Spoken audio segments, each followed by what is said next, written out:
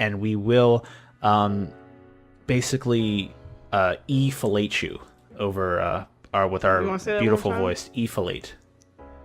Or e-fillatiate? I don't know exactly how to say it. Electronically blow penis. Yeah, exactly. So, I love how it dawns on her like she does that all the time. I'm like, oh yeah, all right, yeah. Got it. Bro, I'm all about sucking electronic wiener.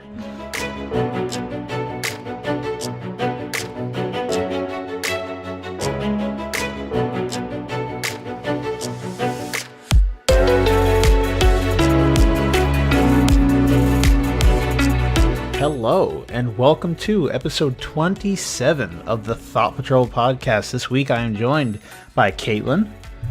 Yay. Yo, back to grace us again. And Shawn, as always, over Discord. Yo, the hype is real. We finally have more than 2 people here on the podcast. I'm really excited that we can come to you guys another week and discuss video games, some culture in movies, stuff like that happened over the past week.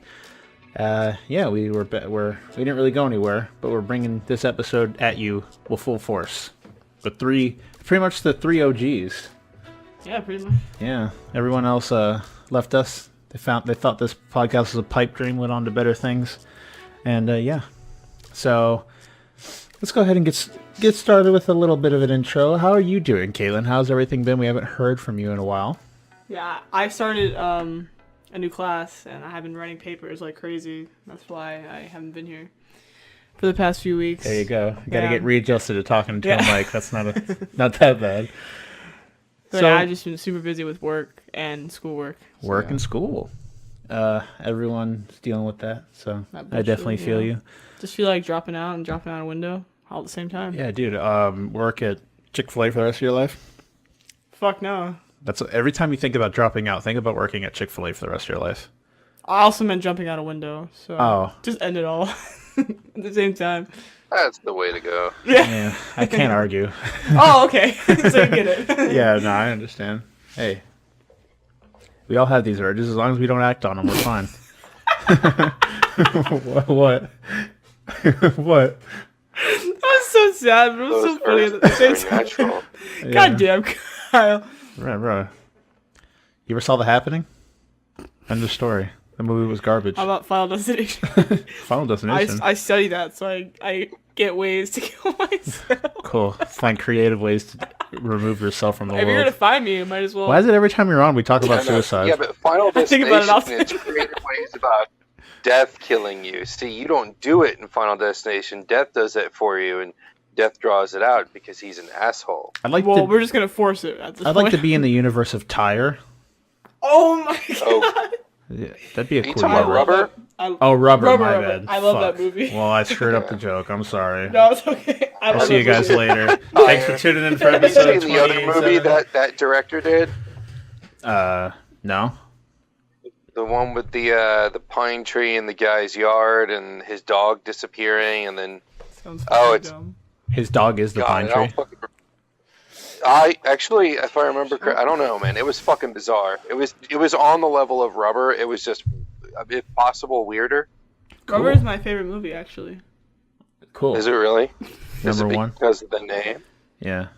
Oh yeah, for sure. Yeah, that could be a porno name, Rubber. I just thought about that. Coming back with the urges. Yeah, a condom that runs around blowing people up with its psychic powers. I think so. We finally got Bruce to come up and down the stairs, and we just heard like noise come from the hallway. He's probably experimenting with his newfound joy of being able to elevate himself. Yeah.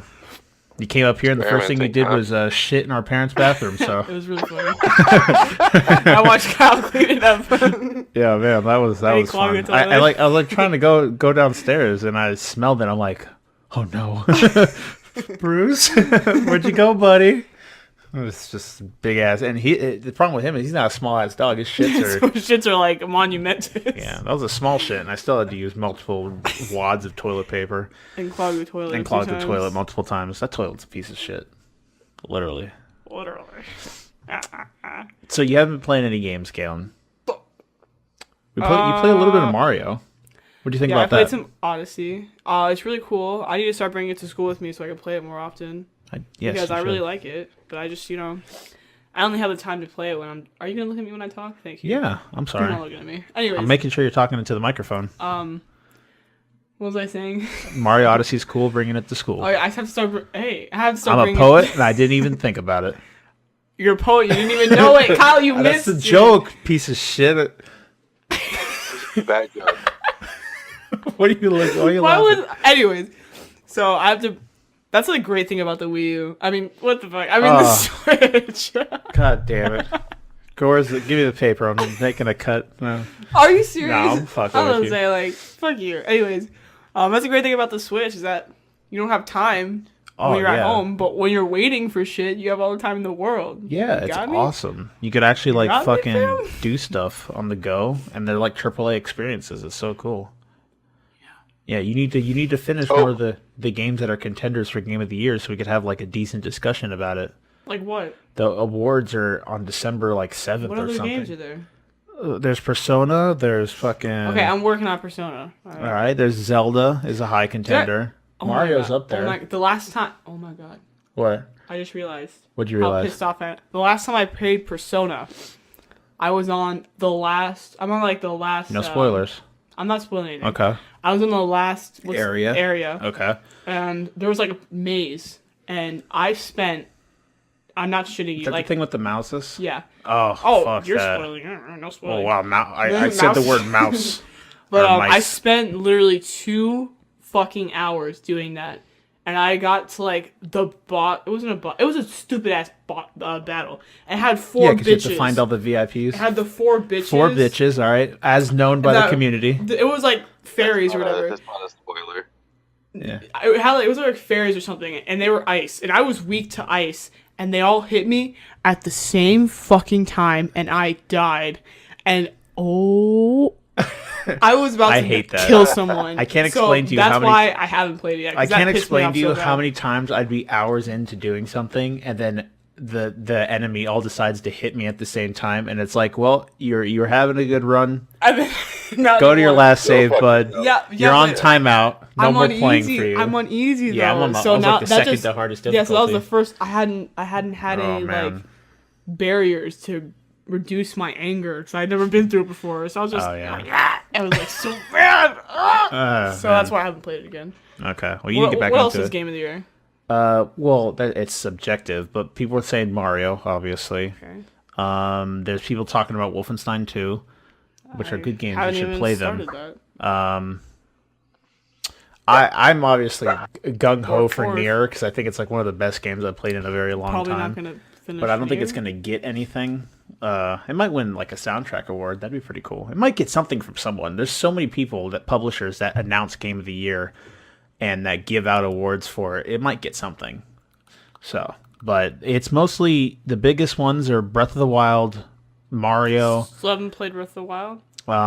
You're not missing much. Okay, good. Good to know. Why is it up for Game of the Year if I'm not missing much? Like, if It's in my opinion. A lot of people think it's really good. I think it has issues. But it's their first attempt at an open world Zelda, so that is... a step towards Was that Bruce at the door? modernism. Yeah. Yeah, just like sniffed into the room. So that's that. What were you going to say, Shawn? You going to say something before we rudely interrupted Oh, you? the other movie that the rubber guy did is called Wrong. Wrong. What's it about? The pine tree. Oh, the Uh, pine tree.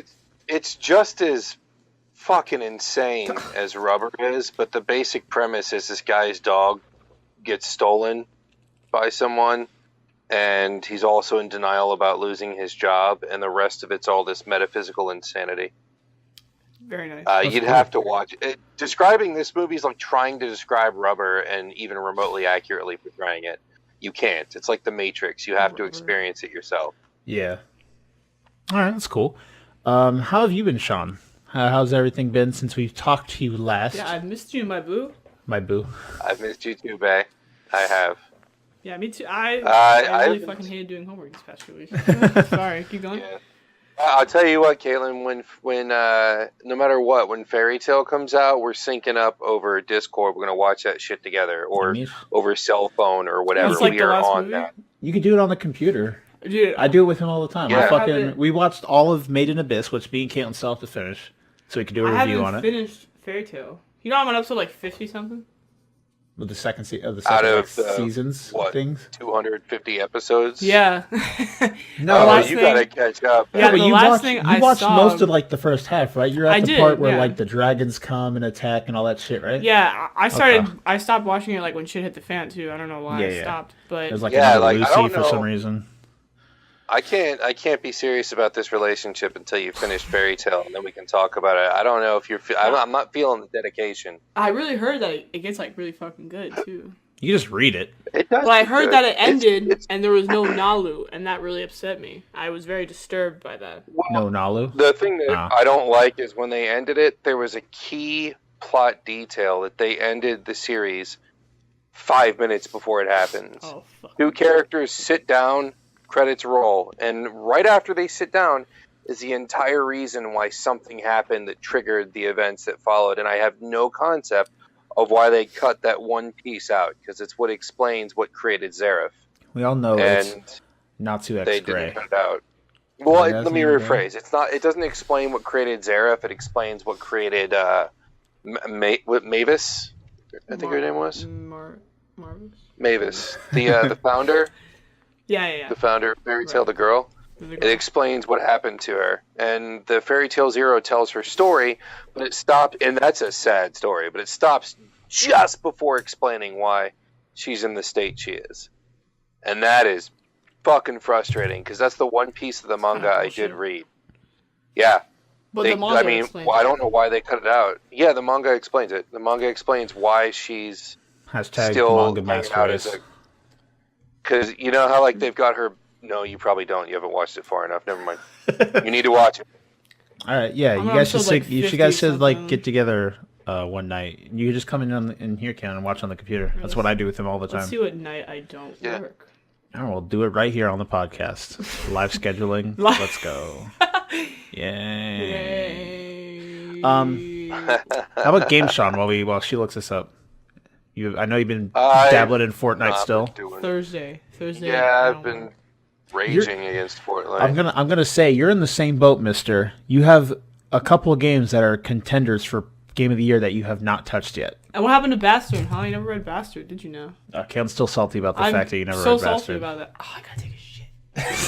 Why is it never fail? Every Why time is you're it here, every time we have a chance to get canoodly on over the internet, that's when you have to poop? Listen, Am I like a laxative to you? every Is it single like a time. romantic it's because we laxative? usually eat before we get No, here. no. I And it's always that last poop. push that no, you listen, need. I have to work every day at like 3. Okay. So I always poop at like 3 o'clock. 3 o'clock. But today, oh, it's coming. Oh God, please But don't risk today- it. Oh, oh Lord. Get up and go. But today, I have to finish my story. But today I slept at 3 o'clock and I woke up at like some fucking time. And then I slept through my poop time. Oh, And no. here I am at 7 o'clock. Okay, go. Oh. Don't hold it, fam. Don't hurt yourself. Oh, sound like a grandma. Noise. Yeah, I don't know. Don't. All right, go do your poop. Oh, Don't what? Go do your poop. Go ahead. Say Bruce. Yeah, don't let Bruce in. Well, it never fails to say the least. So you said you haven't been doing much in the line of games. Just been I know you, like I said, dabbling in Fortnite, dealing with the RNG of that game. well, I haven't been able to. It's ridiculous. I've got with the Fortnightmare thing. I've got everything, and I did it about 2 or 3 days after a mutual friend of ours, Hector, did. So it took me about 2 weeks to finish the entire campaign because it's all Easter egg hunting. They drop stuff all over the map. You have to go and find it, and it takes between 2 to 4 missions to find all the stuff you need, and then you do it again and again and again. It wasn't a good design. It was fun at first, and then it was just dumb. A lot of the dialogue and stuff was pretty cute, but the rest of it was work. Yeah, 1 The second, only Shawn. reason I did it was because, yeah. For all you tuning in, this is the like base Fortnite game. This isn't the Battle Royale feature that everyone's been playing. This is like the base PvE Fortnite with the like tower building and stuff like that. So Yeah. just So- clarifying. And I'm doing the Halloween event, and they extended it, I guess, because a bunch of people bitched. But the one thing that's super RNG is you have to get these survivors and all of your equipment and survivors and all your stuff is stored in like a card format in your menu. And I've gotten all of the commons. They're all cosplaying as the husks, as the monsters. So I've got all the common ones, all 3 commons, all 3, like, was it gray, green, blue, purple, orange? I have all of them except for the orange. There's one orange one called a Smasher. It's the Smasher card, and I can't fucking get it. Every time I get a loot llama, you get one every 10 missions, you get a loot llama, and in that loot llama is a card, and I keep getting the fucking lobber over and over and over and over and over again. So, like, and I can't quit because I've gone this far, so now it's like I'm just sticking needles into my eyes because I'm stupid. Yeah. It'd be nice if they had some type of... I admit that. Like, maybe like a currency system. I mean, it's still in like a weird place right now as we wait for it to go into free-to-play, and they kind of further develop this, how they're going to model the free-to-play aspect of the game. Maybe like a way to like turn cards that you receive duplicates of, or just cards you don't want, into like a currency that you can use to buy final spots or something along the lines. They have that in a bunch of other games. That'd be a way to fix that, where you don't have to sit there and wait for RNGesus to bless you with this last card, where you could just grab a bunch of shittier ones that you don't need extras of, turn them into this final card just to complete the collection, because that's just your main goal, right? You want to complete the collection. Yeah, because I get this pumpkin rocket launcher that's fucking awesome, and I like the whole Halloween theme of it. I've actually gotten that in the Battle Royale mode. They have rocket launchers. I've gotten that rocket. That thing kicks ass. You could fucking annihilate buildings with it. So. Yeah, and it's frustrating. It's fucking stupid.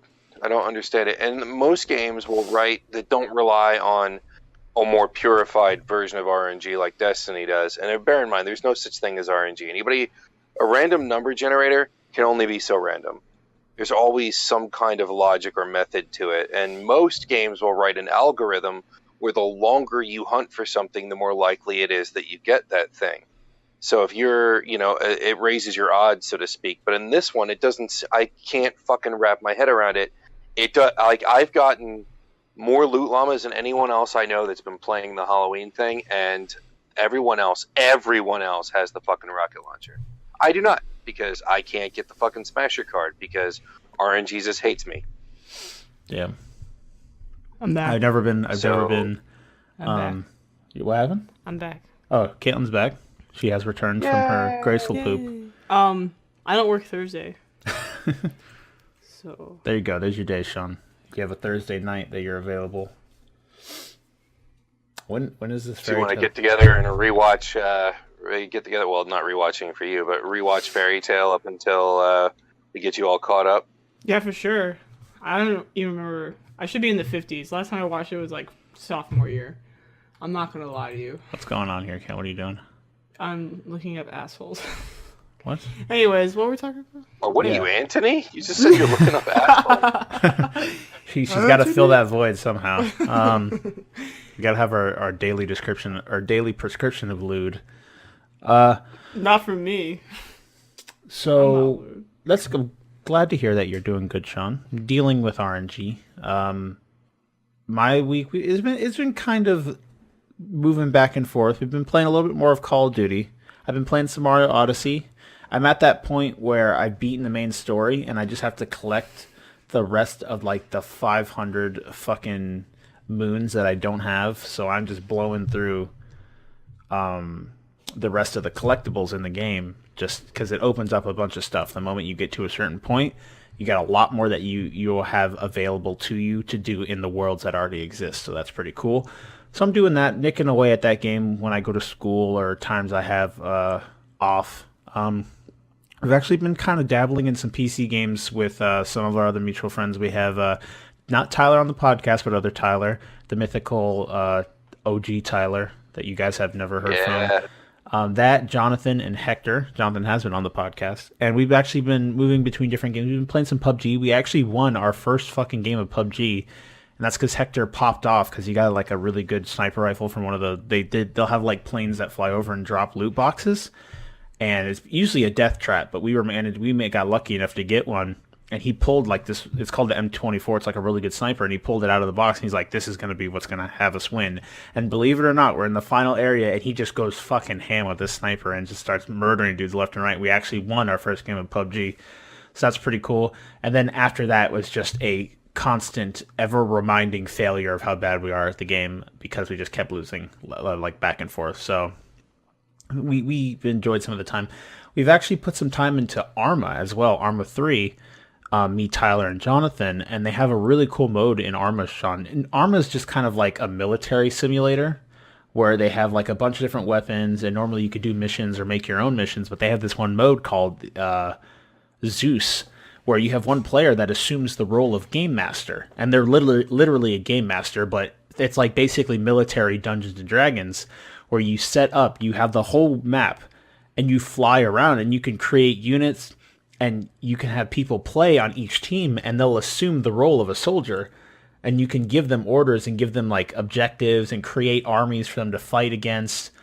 And it's just like, and you can also yourself as Zeus take control of soldiers. So I could like set up some type of scenario. Like we had like one where I made it nighttime, and I put Tyler in a helicopter as a gunner and made his pilot an AI and had him, he's like, your mission's to like wipe out this village, and he'd go fly over and try and kill the people without getting shot down. Or we had one we set up today where it was like on a hill. I found this really cool looking like Italian village looking thing almost. I put like a dude and made him sit inside of a church, and that was like their VIP, and I sent people after them that they had to defend to like protect. So you have like all these different scenarios that you can create just by being creative, and you create all these like campaign missions that you play with your friends. Really fun. It's super cool being able to like just watch these full on battles go out, because you're like almost like in an RTS kind of mode when you're Zeus, where your friends are actually playing on the ground as the soldiers, and you can like spawn in stuff for them, give them different weapons. Really fun game mode, and we just been kind of dabbling. The only problem is the game's like really poorly optimized. So straight up, if you got more than like 15 people fighting, the frames drop like left and right. And I have like a 1080, a GTX, and I'm still like chugging frames when there's a shitload of stuff going on. And Tyler looked into it, and apparently the game will only pull like 30 to 40% of the GPU. It's not even using all the GPU. So it's just a poorly optimized game. Nothing like PUBG, even though PUBG came from it, which is crazy. But yeah, we just been kind of messing around with that, and it definitely feels like a basically a military Dungeons and Dragons. So if that sounds interesting to any of you out there, definitely check it out. It's Arma 3. It's like really cheap on Steam. I think it's like $30. And it's super fun, like little like realistic military simulator that you could play with friends. It actually does sound the D&D aspect of it sounds interesting to me. Oh yeah, it's really cool. Creating stories. You're literally, well, the term for the game is Zeus, but the role that you assume is literally called Game Master. And you could have one other person be the game moderator, and they could both like spawn things. So you could have like we had one. It was like a nighttime mission where I gave Tyler and Jonathan. They both had ghillie suits, and them alone went in to like basically take out. I like plopped a bunch of dudes in this like village at night with the lights on. And they basically had to take out all these guys without getting seen and shit like that. And you could just kind of mess around. And at the moment they like started getting shot at, I would like spawn reinforcements that would come in. And they just have so many different units and props that you can mess around with. You have like full control over creating your like entire campaign missions. It's so much fun. And it's just like really cool. The only problem is it's poorly optimized, so you have to deal with that. Sometimes the game will just chug to 30 frames, and you have no idea what the fuck's going on. And you're like, why is it like this? There's nothing even happening. I'm sitting. Normally I'll be pulling 90 frames, and all of a sudden I'm at like 30. What's going on? So that's only downside. But besides that, really fun game, super cool. And I did start a new anime, which was fucking insane. Okay, what's that called? Drifters. Oh, yeah, I've seen Drifters. It is pretty cool. I like the idea of it. Oh, weird. Oh, yeah, definitely. You know how the Japanese are with their... no, I have not finished it yet. But you know how the Japanese are with their, like, let's take historical figures from the past and basically personify them in one way or another. and it's not always the case where it adheres to what they actually were in person, but they're all about like, oh, Nobunaga, fuck yeah, let's put him in the show because his name is provincial and stuff like that. Reasons. Yeah, it's fucking. It just keeps getting. You remember what was it? What were we watching? The blue one based off the card game that was so interesting. I want to say BlazBlue, but that's not fucking right. Grand Blue Fantasy. Yeah, Grand Blue. So, Grand Blue Fantasy ends and it just blows the fucking doors off and introduces like 20 some odd characters. It makes me want a this second show season does so that bad. every episode. Yeah. Yeah, well, they're making one, but like every episode, they're like, "Here's 5 new characters. Go fuck yourself." And I'm like, I can't. Guys, you need to pace it a little bit. I can't. Come on now. Yeah, but just to put it into context, how insane that last episode of Grand Blue Fantasy was. Okay, so say you're adventuring this whole time with this small cast. Well, that slowly grows a bit bigger, but around 5 to 6 cast of people, and they're going on an adventure. Now, tell me how there's like this really big fight going on in the last episode, and within the last 10 minutes of the second to last episode, I don't talk about the last episode because it's a disgrace. They just fucking unleash 30 or something characters that can be main characters. They have effort put into their design. They have like multiple lines of voice acting, like full blown like characters that could have been main characters the entire time, and they just name drop like 30 of them, and they all have interesting powers, and you're just like, I want to see more. And then the direct next episode is a shitty beach episode where the gender of the main character is swapped. I mean, like, come on. It's ridiculous. I think that was just one of those things that they released it on like an OVA as like a bonus or with a manga or something like that. I don't think that's part of it. That was just for fun, but it was dumb. It was dumb. So me and Shawn were watching this together. I was freaking the fuck out. I don't know how verbal Shawn was. I don't remember exactly because I was like in my own world at that time. But I was like, whoa, what the fuck? And who is that? And why? What? That was awesome. Wait, who is that? Got another one? Yeah, and that was pretty much it's the just whole like conversation. It's just like 10 minutes of like complete badassery, and you're like, I want more, and then it just like comes to a stop. So I'm glad that you can all join me for episode 27 of the Thought Patrol podcast. We are getting there, man. 27 episodes. It's insane. We're quickly approaching upon a year. Although we just hit our half-year mark, but I like to be optimistic. So I'm going to talk about some. We're a bit off from a year. Bitch, let me say what I want to say. Let me dream. Let me dream. Indeed. The funny thing is, if people aren't listening carefully, they won't catch what Caitlyn was just singing. But if you go back and turn up the volume. You'll hear it. You'll hear it. That Oscar performance. Thank you. Someone recognizes my talent. We have our housekeeping section. We're gonna talk about some quick clerical bullshit. Wait, what did he just fucking? Did he just insult me? He might have. No, I know. I was like, I did a deep voice. I was like, I recognize it, baby. Oh. And then I started laughing. Hey, what's up? Smooth as fuck, dude. I'm slippery. I'm slippery over here. So, again, move on to our clerical little housekeeping session real quick. We have a Discord. If you want to come chill with the hosts, say hi, talk to the community, the small community that we have, that we put together. There is a Discord that will be in the description, whether you're on podcasting services or on YouTube, our home base. We also, if you do have anything that you hear during this podcast that you feel like you want to discuss with us, or you feel like we are stupid and you have a better opinion about, feel free to leave a comment below in the YouTube video. Again, that is our home base if you want to come and see other stuff that we do, including Let's Plays, things along those lines. Our after hours also are only on YouTube, which we have not done in a while. We need to do an after hours. Again, moving forward, if you like our content, feel free to subscribe to get us every week. We do this podcast every week. It comes out on Tuesday morning at 8 a.m. That's usually what I try to shoot for. We also have a Twitter at ThoughtPatrolPD, where we do have updates to what's going on. Sometimes if we do plan a stream or something along those lines, you can get that all on Twitter.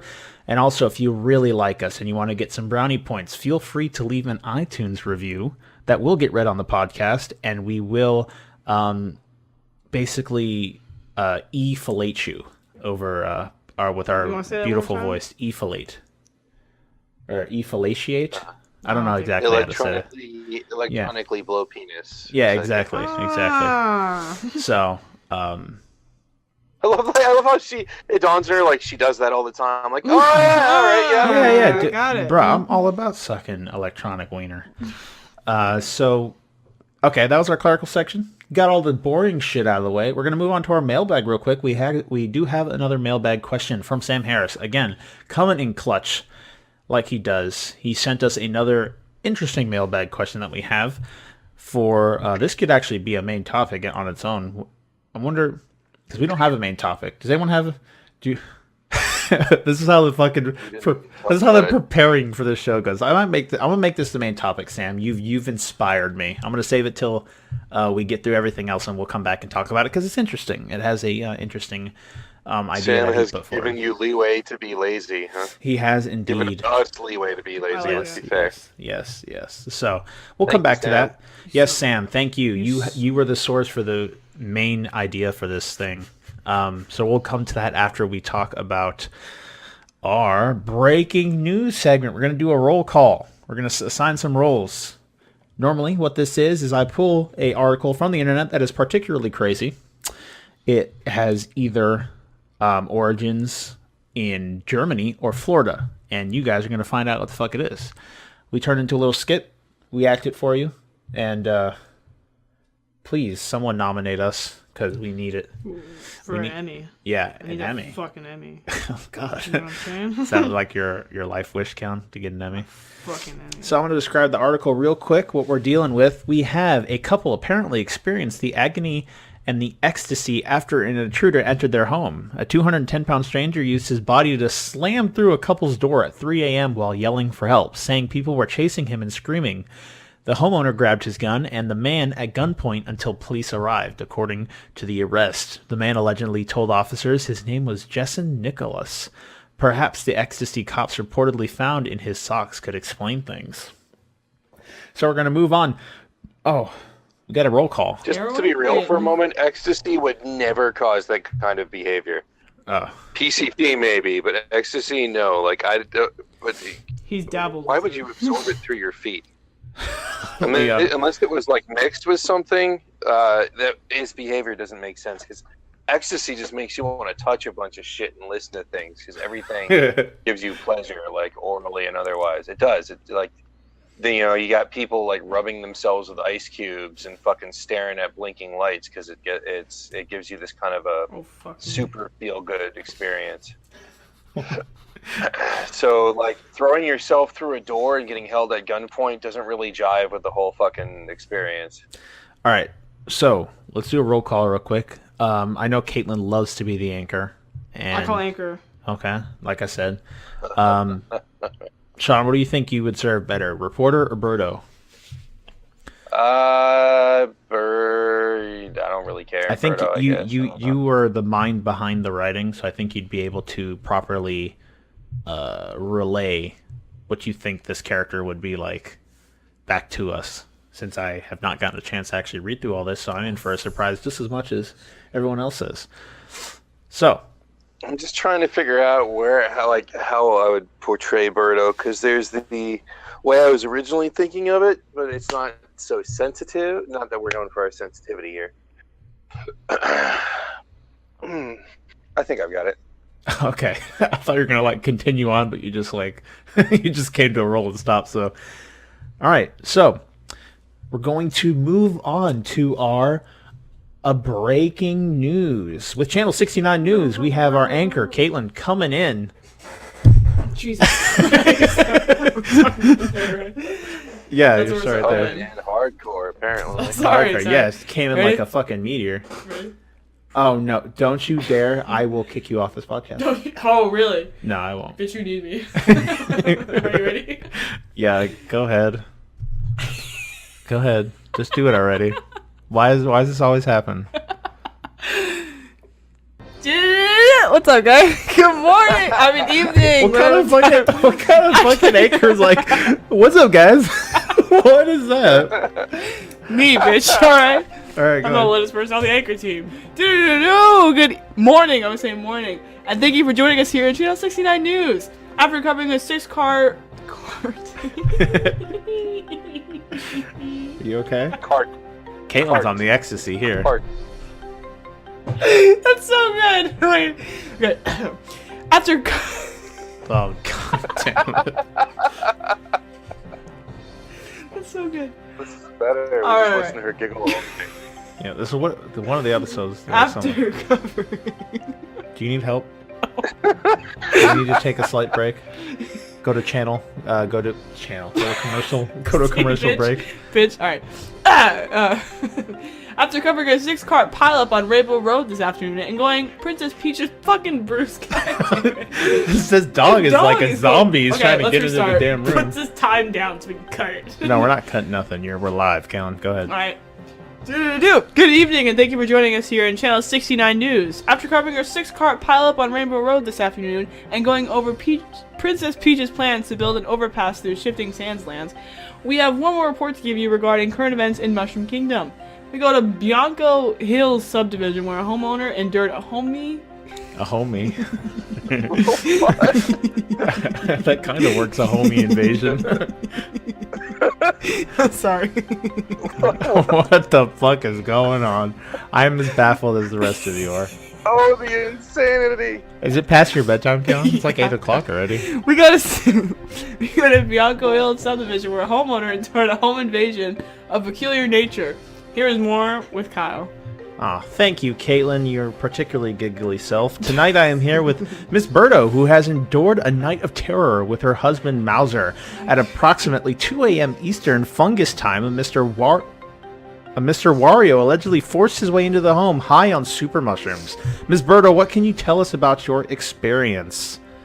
Oh, hold on. You just skipped past a perfectly good movie reference. It's Wario. First name. Oh, I thought it was a last name. typo. No, I'm that's sorry. intentional. In the movie, he's like, first name Mario, last name Mario. So you're Mario. And who are you? Luigi Mario. The whole God. Don't even reference that piece of garbage fucking movie in I my love podcast. that fucking movie. I love it for all of its terribleness. Okay. Well, I'll redo it. At approximately 2 a.m. Eastern fungus time, a Mr. Wario allegedly forced his way into the home high on super mushrooms. Miss Birdo, what can you tell us about your experience? Well, Mouser and I were dead asleep when someone came banging on the door, screaming something fierce. Mouser and I have reformed since having worked with Ward during his failed Dreamworld coup d'etat. After arrests, group therapy in Mushroom Prison was extremely helpful, and we are now peaceful ex-villains. When we heard the commotion last night, we were afraid Ward was back to recruit us. That was beautiful. That's all I'm gonna say. Damn, that was pretty good, yeah. Yeah. Sorry for that break in flow.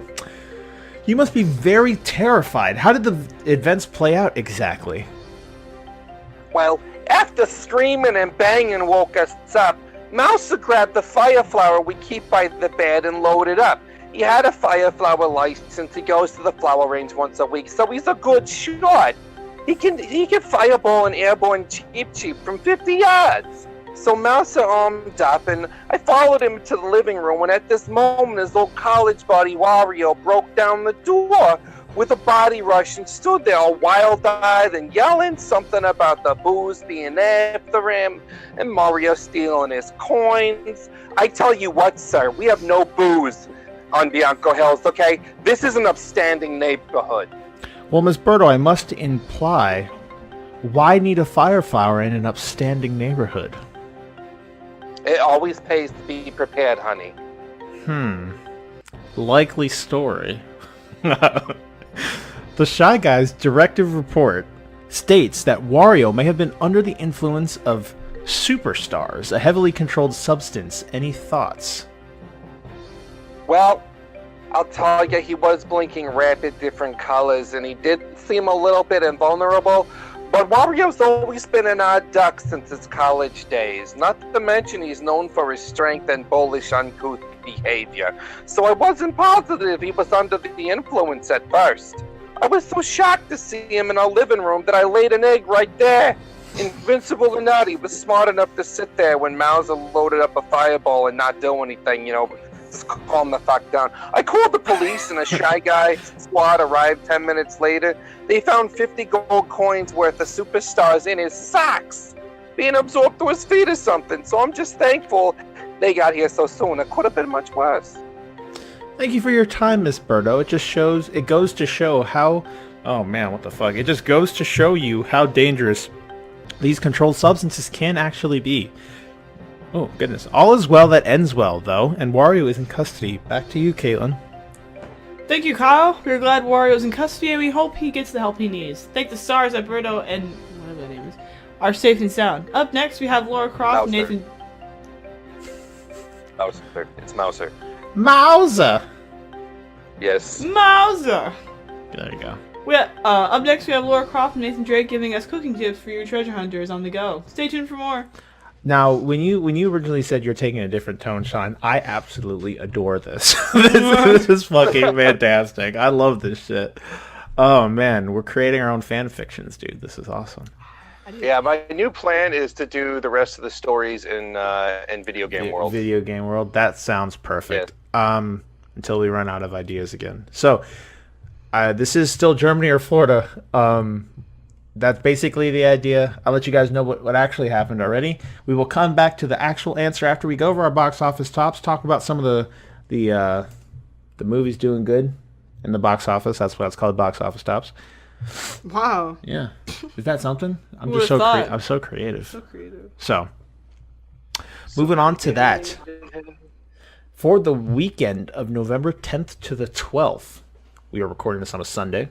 We have number 1 sitting at Thor Ragnarok, making $56 million in the weekend, sitting at a total of $211 million gross with a budget of $180 million only in its second fucking week. So Thor raking in big ass cash. At number 2, we have Daddy's Home 2, sitting at $30 million. In its first week, it had a budget of $69 million. At number 3, we have Murder on the Orient Express, sitting at $28 million for the weekend. Again, it is also its first week, sitting at a budget of $55 million. At number 4, we have A Bad Mom's Christmas, clocking in at $11 million. Sounds like shit. It does sound like shit, with a total gross of $39 million, sitting at a budget of $28 million, being in its second week. And at number 5, we have Jigsaw, still holding in just slightly, with $3 million, sitting at a total gross of $34 million, on a budget of $10 million on its third week. See, it's another one of those movies. Jigsaw. Thor was good. Well, Jigsaw was another one of those movies. We haven't seen a fucking superhero, or you saw Spider-Man. I'm sorry, Caitlyn. She made me a pouty face. Go ahead, continue. I'm sorry, I didn't mean to interrupt you. I'm done talking. No, fuck you guys. Come on. No. So what about Jigsaw, Cal? Nope. Don't do it for me. Do it for the listeners. Yeah, well, the Jigsaw's another one of those movies that had like a lot of fucking advertising. Oh, you're still on that? Yeah, yes, because I had like. What about Thor? Thor had a shitload of advertisement. It's actually good. Yeah, but no, I didn't see a lot of advertising for I Thor. saw a buttload of advertisement for Thor. But for Jigsaw, I watched like 3 YouTubers and they were paid, and they gave out like free movie tickets. Oh shit! Like free movie tickets for that movie, and they were like promoted. And it's either advertising or movie money. Murder on the Orient Express looks cool. Advertising makes the difference a lot. I mean, it makes so much difference. And they have had some brilliant movies the studios just gave up on or didn't bother putting the budget to advertise into, and the movies drowned because nobody fucking knows. Yeah. Or they do a shitty job advertising it.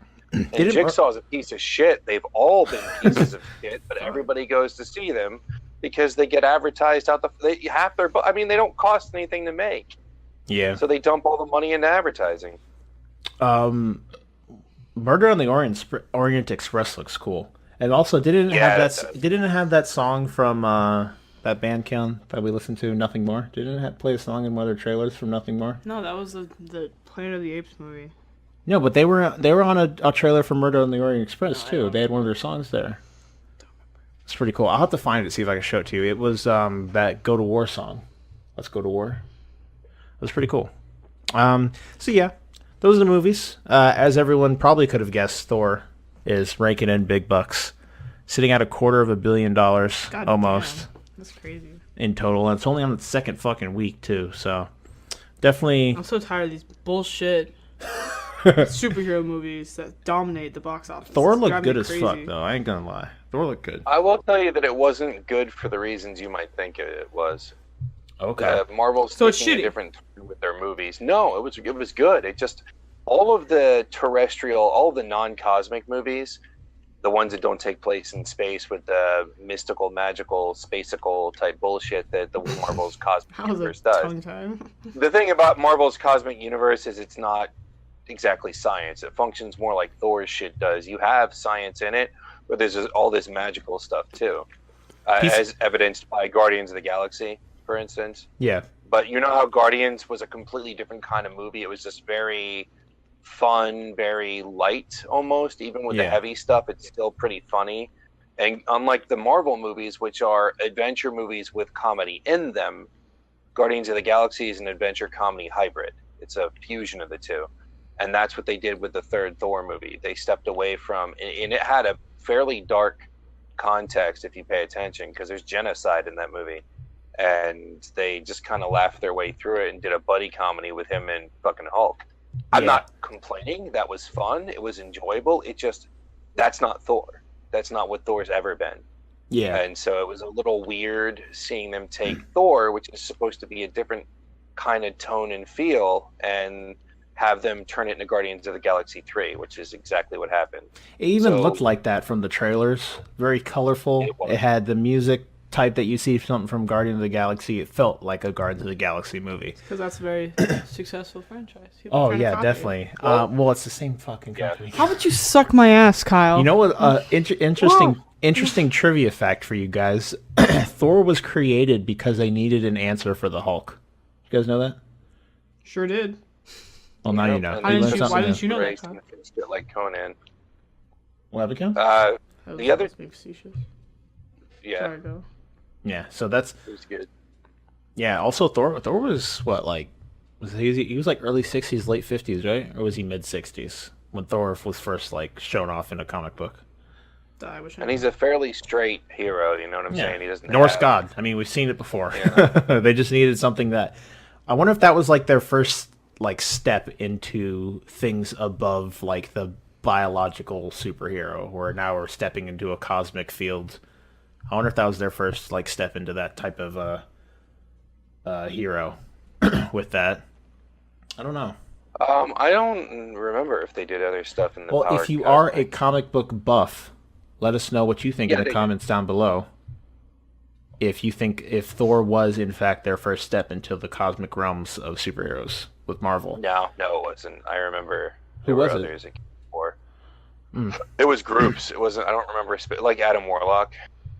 Oh, okay. Yeah, I got although you. I don't know if Adam Warlock was before Thor, but I know when Thor came out was around the same time that the first Guardians group came out, and they were already playing around with space stuff, but they took it a more interesting route when they added Thor. The whole science and magic are the same thing.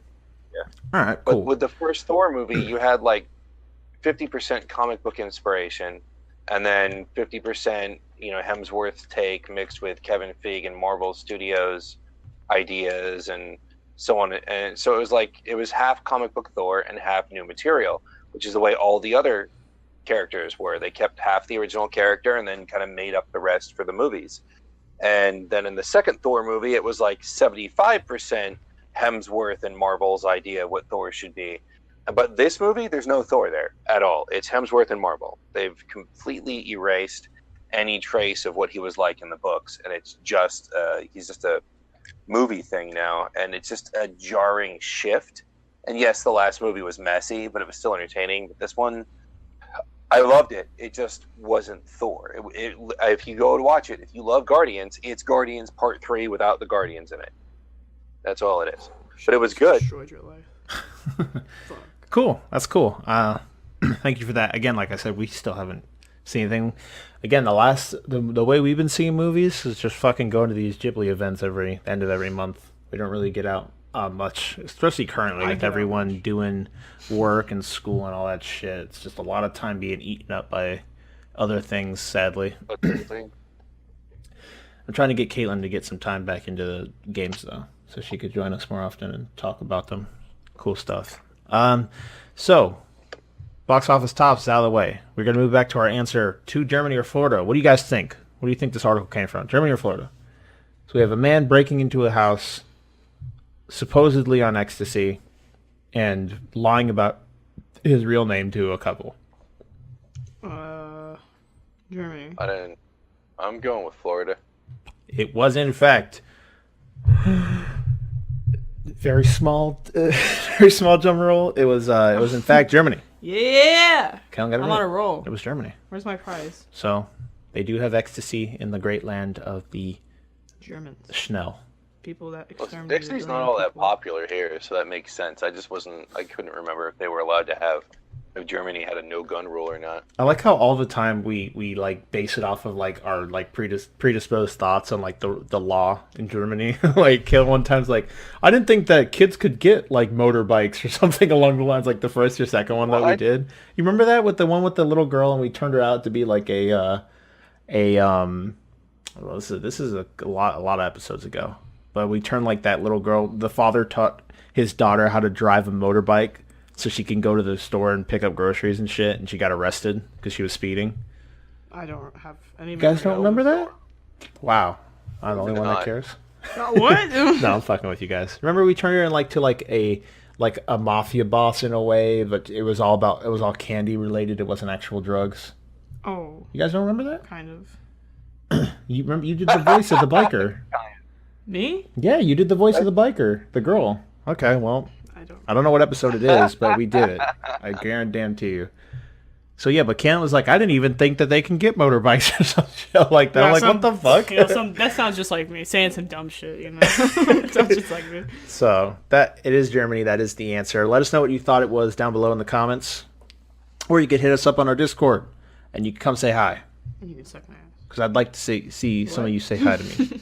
Because I'm a very lonely person. And if someone says hi to me, it might just make my day. And I'll say hi It'll back. stop him from killing himself. Why would I always go to killing ourselves? why is that always the I know it matters punchline? to you, Kyle. It's okay. Things get better. But... shut up. So we tell her to shut up. You shut up. We got another section that we're adding to the podcast because we don't blow through time fast enough anyway. Just more things for you guys to look forward to, only slightly, whatever. I'm doing it because I want to. So this is called What They'll Look For. This is going to be the games coming out in the week ahead, basically. So instead of doing it every month, we will do it every week. And I'm just going to read them real quick, what you have to look forward to this week coming up. So number one, now these are bigger titles. This isn't every single game coming out. So there will be some that will come out that either you know about, that I don't know about, but these are more of the bigger titles. So for Switch, we have Batman the Telltale series coming to Switch on November the 14th. Yeah, really? Yes. We have LA Noire coming to the Switch on November the 14th, which is interesting because we've heard about the controversy behind that because the whole game doesn't even fit on the damn cartridge. After that, we have Lego Marvel Superheroes 2 coming to PS4, Xbox One, PC, and Switch on November the 14th. We have Rime coming to Switch on November the 14th. We have Rocket League coming to the Switch on November the 14th. And we have Pokemon Ultra Sun and Ultra Moon coming to the 3DS on November 17th. We also have Battlefront 2 coming out this week on the 17th to PS4, Xbox One, and PC. We have Elder Scrolls V Skyrim coming to Switch on the 17th. And finally, we have The Sims 4 coming to PS4 on the 17th. So that sounds lit.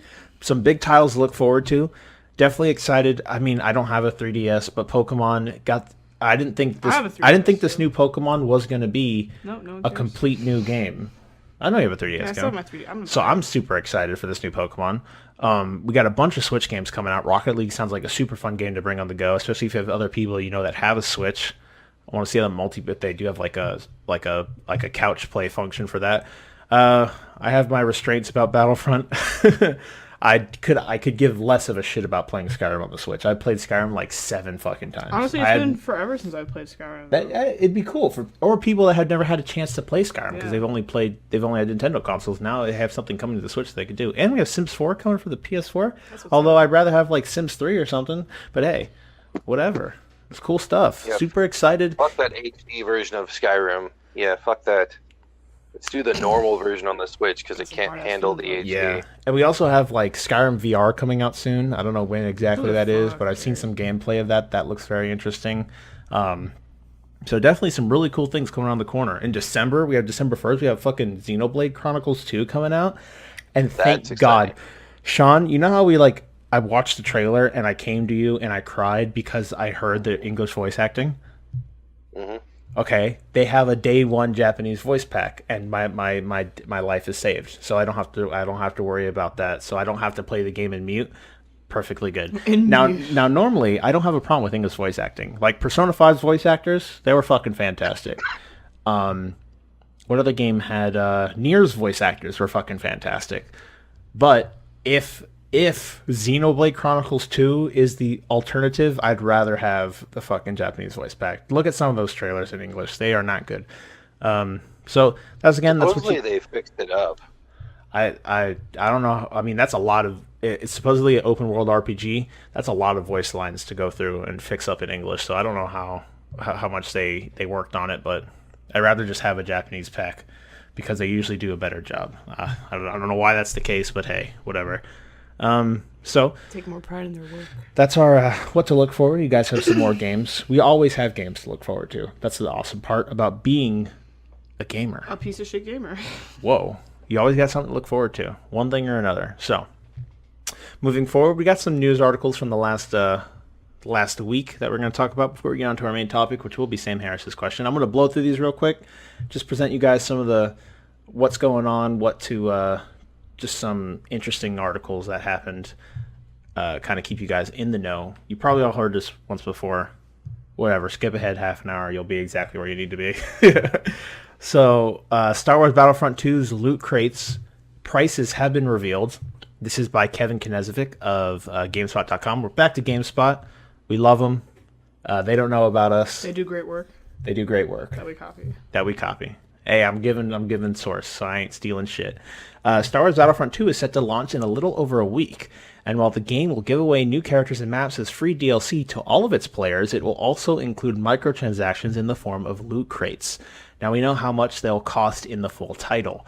Crates can be acquired in Battlefront 2 through gameplay or using the game's virtual currency crystals, which can in turn be purchased with real money. Crystals are sold in various packs, with EA Access members saving 10% off of them. The cheapest runs for $4.49, $5 for non-access members, and nets you 500 crystals. While the $100 pack, see, why do they always have the $100 pack? I wonder how many people actually sit there and be like, I'm going to spend $100 on this game. I'm sure some people loot do. boxes. I'm sure they do because they exist. They're dumbasses. They wouldn't exist if people didn't buy them. That's a very bad red flag. You can find their prices for non-access members on the Xbox Store. Players can use crystals to purchase Hero, Trooper, or Starfighter crates, which each one will include 1 or 2 star cards, crafting parts, and an additional item which can range from emotes, weapons, victory poses, and other kinds of star cards. Oh, excuse me. Hero crates cost 110 crystal each, Starfighter crates are 120, Trooper crates are 200 crystals, and ultimately work out to 60 crates for $100. Loot crates were the subject of much controversy during Battlefront's 2 open beta last month, and GameSpot recently shared their thoughts on how Battlefront 2's microtransactions work and why they're a big problem. Following the beta, the developer DICE spoke out to assure fans, basically this is them quoting, as a balanced goal, we're working towards having the most powerful items in the game only earnable via in-game achievements, DICE explained. You have to earn the right to be able to upgrade star cards and unlock most weapons. You can only upgrade or unlock them if you have reached a high enough rank, which is determined by playing the game, end quote. So, again, we've all heard the whole upcry about loot boxes and all this shit. Again, we've already expressed our opinions. I'm just giving you guys a little bit more information on what moving forward, prices and stuff along those lines. Again, the thing with these is you're not paying money. It all determines basically the difference between spending money and actually playing the game. If you can play the game for a reasonable amount of time and acquire these items in a reasonable amount of time that is not like a huge grind fest, where then it will feel like the money spending is for people who don't have like a reasonable amount of time to play the game and they just want to get items and stuff and say they only have an hour or two to play the game a day. That's okay. They want to spend some money so they could enjoy, get a different feeling of enjoyment, whatever. They don't feel like grinding. That's fine, I guess. For now, it's already here. There's nothing we could really do about it.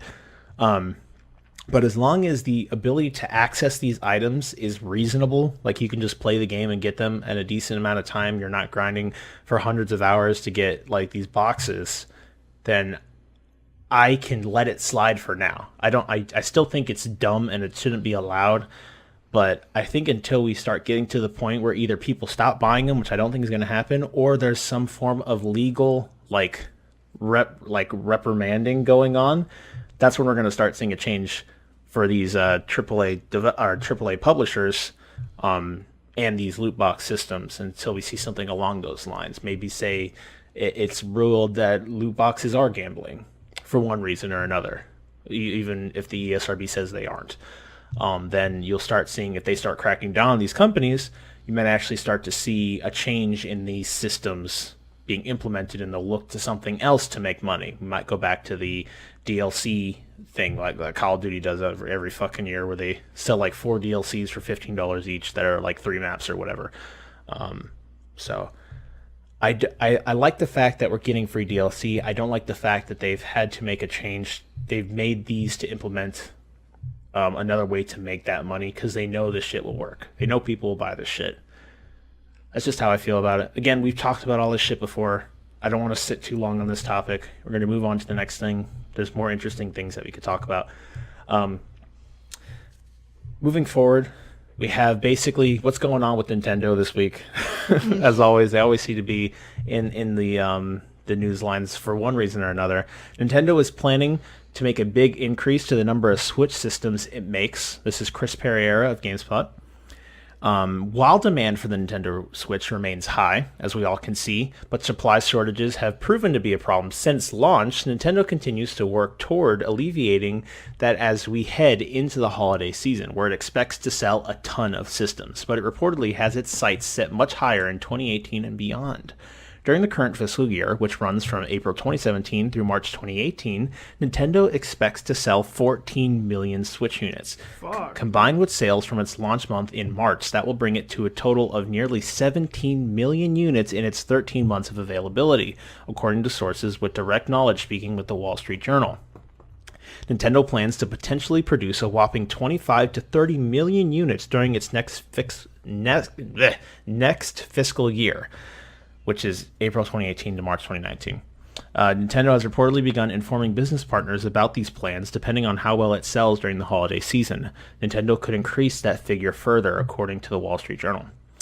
As part of its recent earnings report, CEO Tatsumi Kimishima said that Switch production would increase for the holidays and that manufacturers have upped the number of production lines assembling Switches. The Wall Street Journal notes that typically will only happen when a company agrees to the deal for an extended period of time because the costs involved.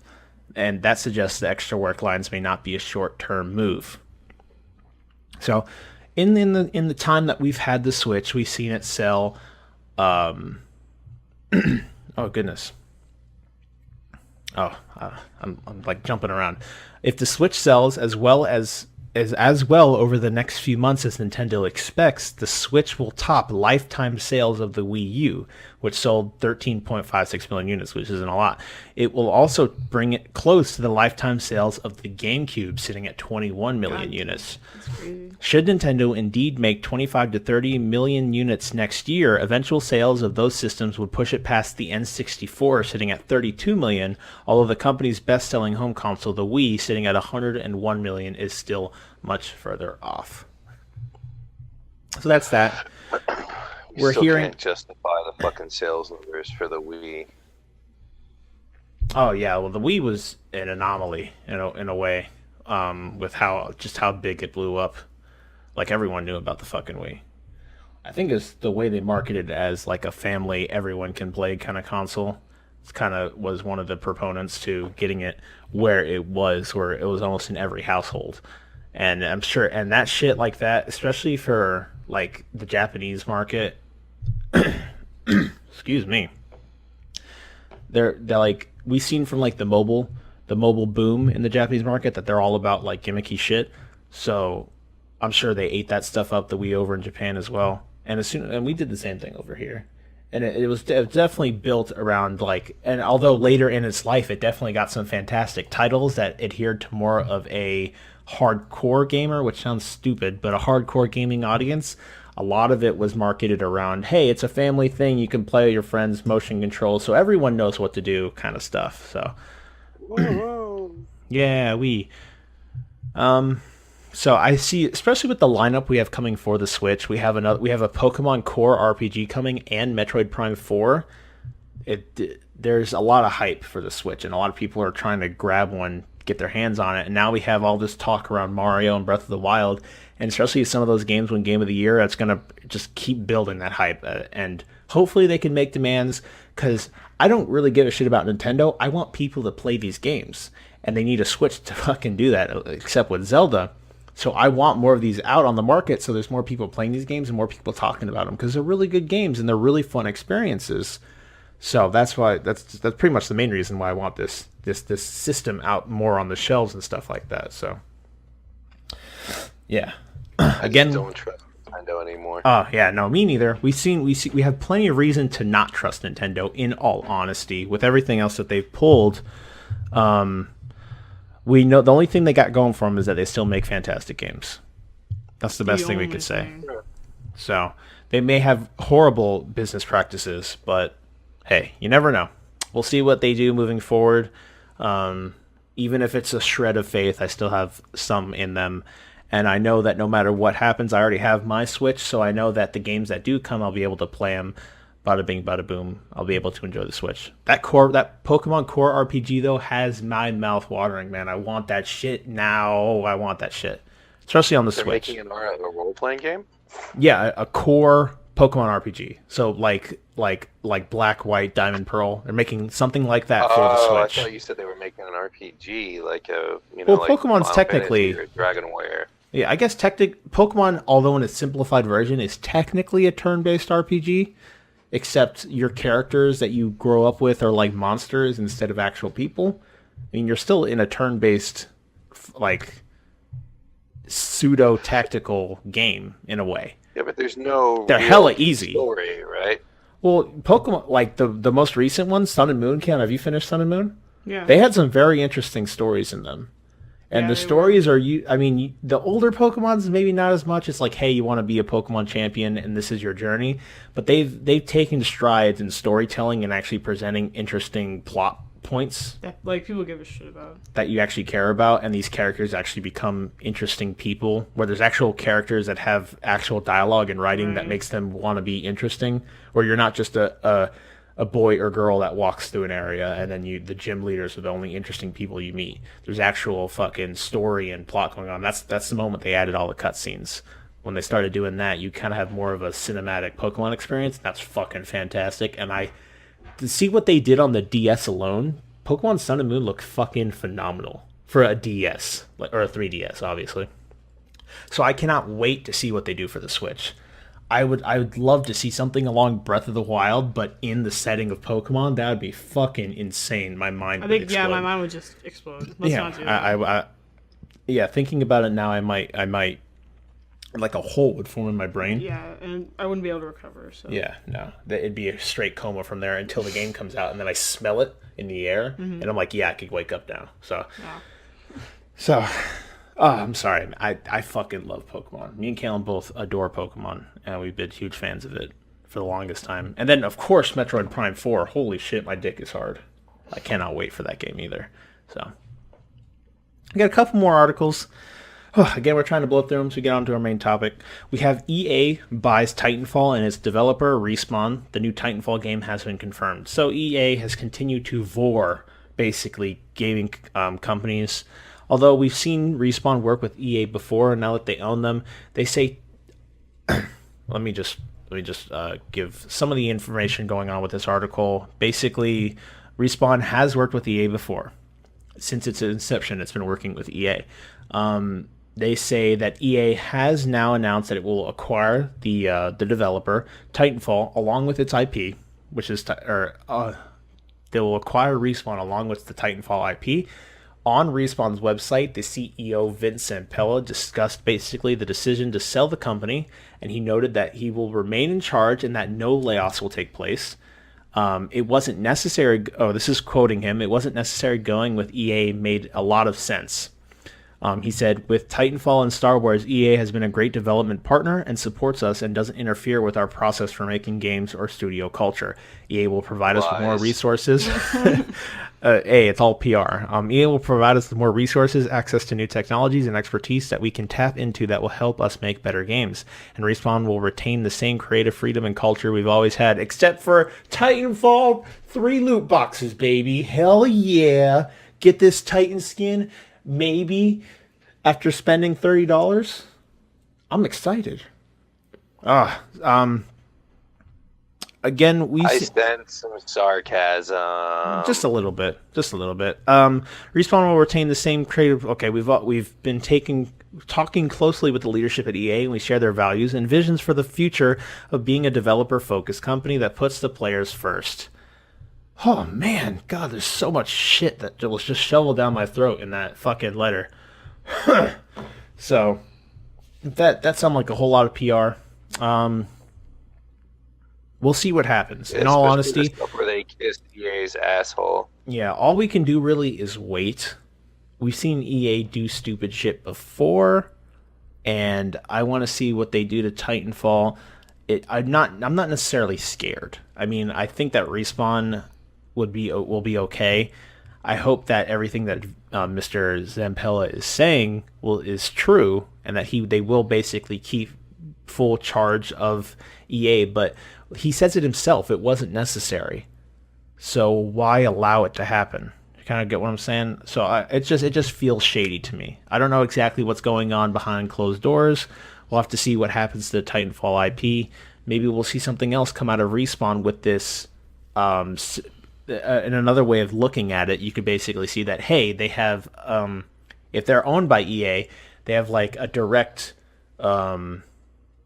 connection to resources. Maybe EA wants them to make a new IP, but now they have that steady flow of resources coming right out of EA where they don't have to worry about it as much. And maybe we'll see a completely new and badass IP come out of Respawn.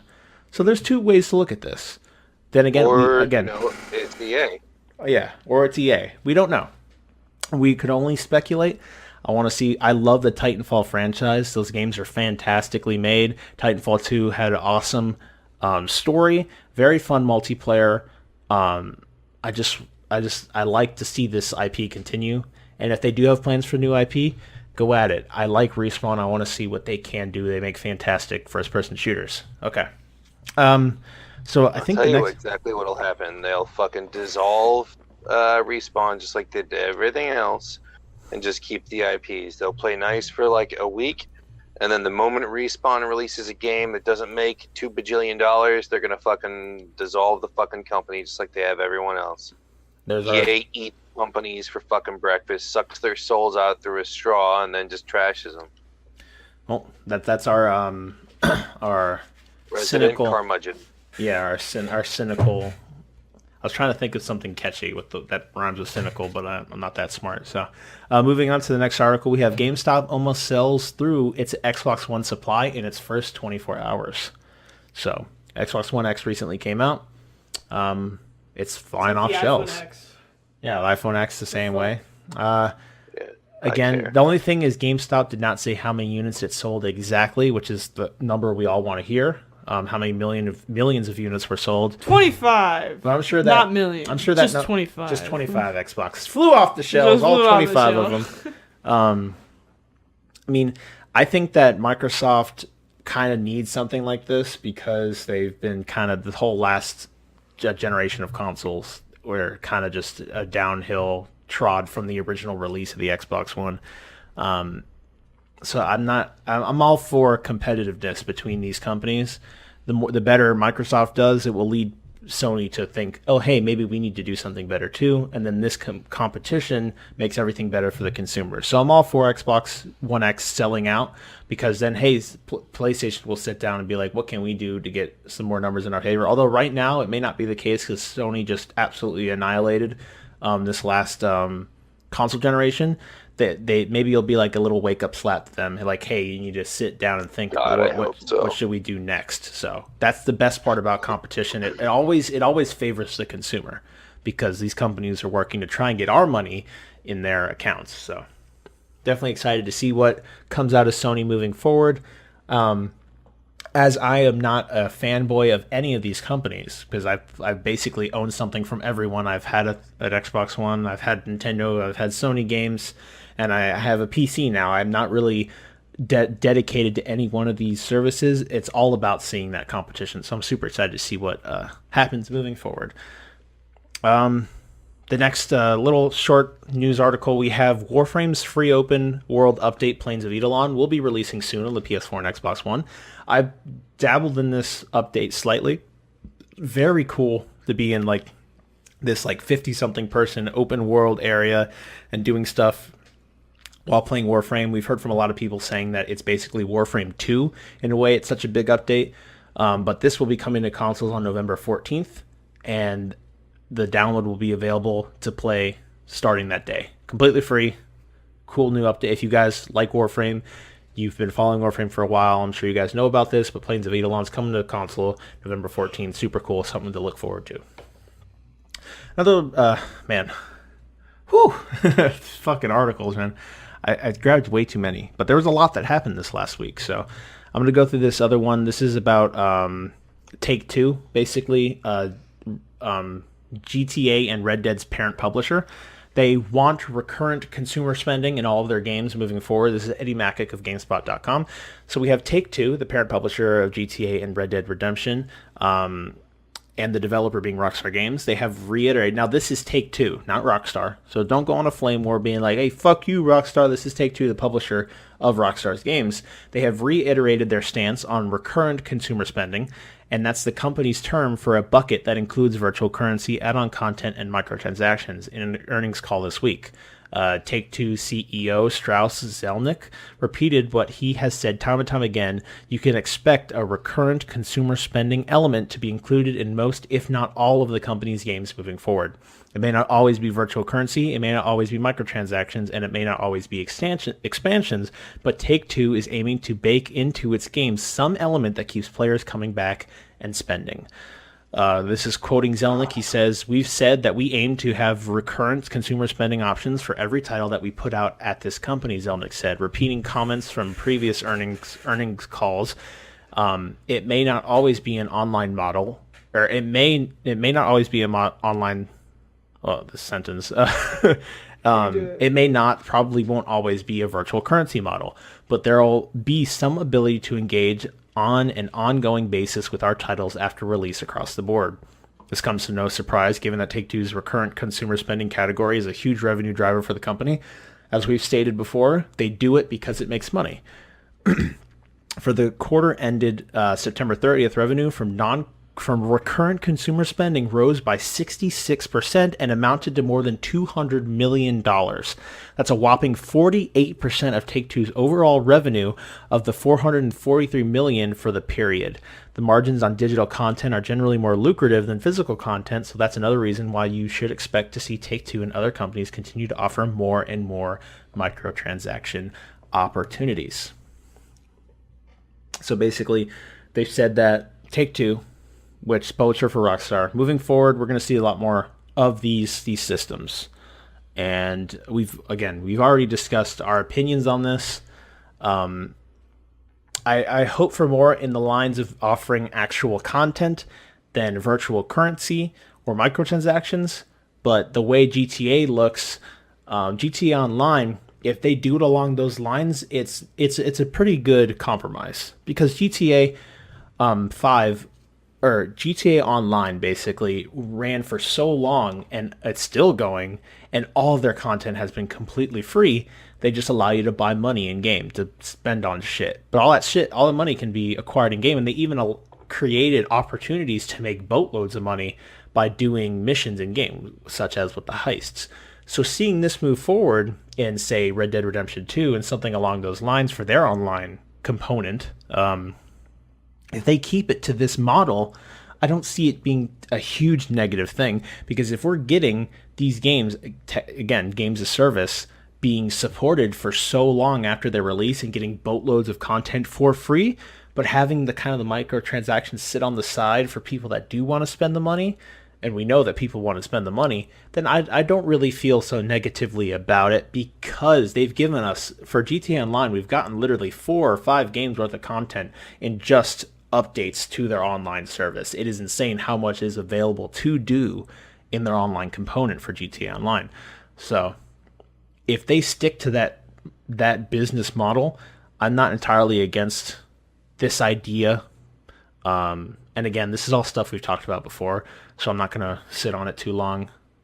Goodness gracious, all this talking, for yous listening, I do have braces and they rub against the inside of my mouth. It fucking hurts. Don't you dare. It hurts. I'm not gonna lie. Think of me as your little bitch, your little podcast bitch. We got a couple more. Really, these next couple things are very short. 2 more articles, and we'll be done with our news section. We have the Game Awards 2017 date and first details have been revealed. This year's event will be taking place at the Microsoft Theater in Los Angeles on Thursday, December 7th. So we have December 7th, our Game Awards. We're going to see what our Game of the Years are. Maybe see some cool things. See what these companies decide to do. Who to give Game of the Years to. Hopefully it doesn't all go to Zelda or Mario. I'd like to see something fall. Even like breadcrumbs trickle down to Nier or Persona. That'd be so fucking cool. Because Persona had probably its largest launch with 5 in the States in like ever. Like everyone, well not everyone, but a fuckload of people played Persona 5. And I never heard that much hype for a Persona game prior. So I'd love to see them win something, even if it's soundtrack, character design, story. I don't know what the fuck, but just something. Give them some kind of breadcrumbs and don't let it all fall to Nintendo. That's all I'm hoping for. If Nier gets a single prize, I'd be fucking ecstatic, because that game was a treasure this year. I absolutely adored every second of it. So that's that. We have that to look forward to on the 7th. And finally, we have PUBG's Xbox One release date has been confirmed for December. We have PlayerUnknown's Battlegrounds now has an Xbox One release date. During Paris Games Week, developer Bluehole revealed that the phenomenally popular Battle Royale game will launch in early access for the console on December 12th for $30. So we'll finally have a console port for PUBG. Only Xbox One. Ooh. Probably have an Xbox One X version of it or whatever the fuck. I'm sorry, I dropped my pen. So, you guys, you have an Xbox One, you Xbox junkies out there, you have something to look forward to, especially with PUBG being so popular. They've opened up a huge avenue for them for revenue. They're going to make a fuckload of money off this coming to consoles.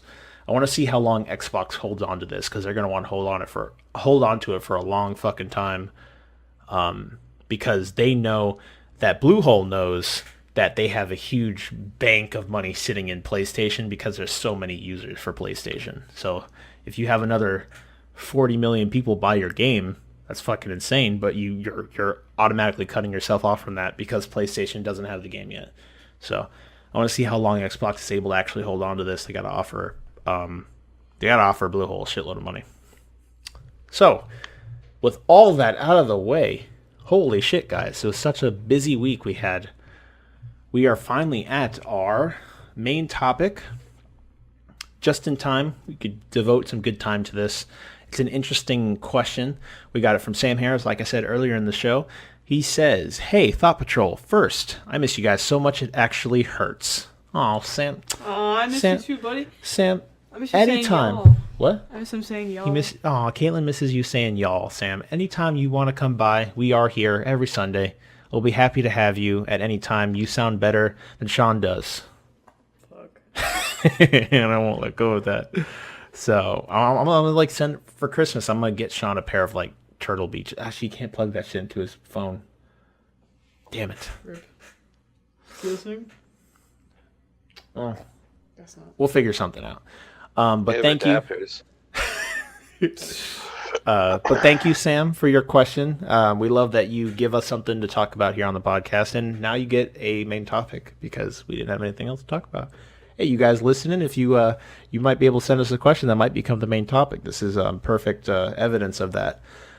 So he says, Now, everyone, weeb alert. As anime becomes a more mainstream form of media, do you think it is more accepted as a credible source of entertainment, or is the stigma of hentai and the perversion of it creating a barrier to the possibilities it could afford? So, Shawn, since I've been talking for the last 20 minutes, I'm going to have you start. What do you think about this question? I don't think there's been much stigma associated with it at all. I don't think there's been a stigma associated with it in a while. I mean, back in the 90s, it was a little bit more iffy, but 99% of the people that you talk to anime about either think that it's, I mean, they all know it's cartoon. They know it offers a diverse wealth of content, and almost everyone that you talk to, even remotely rubbing elbows with the geek community, is familiar with things like Naruto and Dragon Ball Z and is more than aware that it's not that it's nothing like what he's describing. So I don't really think that that's even that much of an issue anymore, unless somebody's really old. Yeah, but I think it also depends. I think this question would have been. I mean, and this is. I mean, I'm not criticizing the question, but I think it would have been much more timely if it was like a question 10 years ago, maybe 20 years ago, something like that. You could have broached it, but I don't think it's nearly the issue that it once was like that. Oh yeah, I mean, it's a major recognized medium now. Yeah, anime is nowhere near as niche as it used to be, as you said. But I say there are still stigma against anime, if not a connection to hentai in general.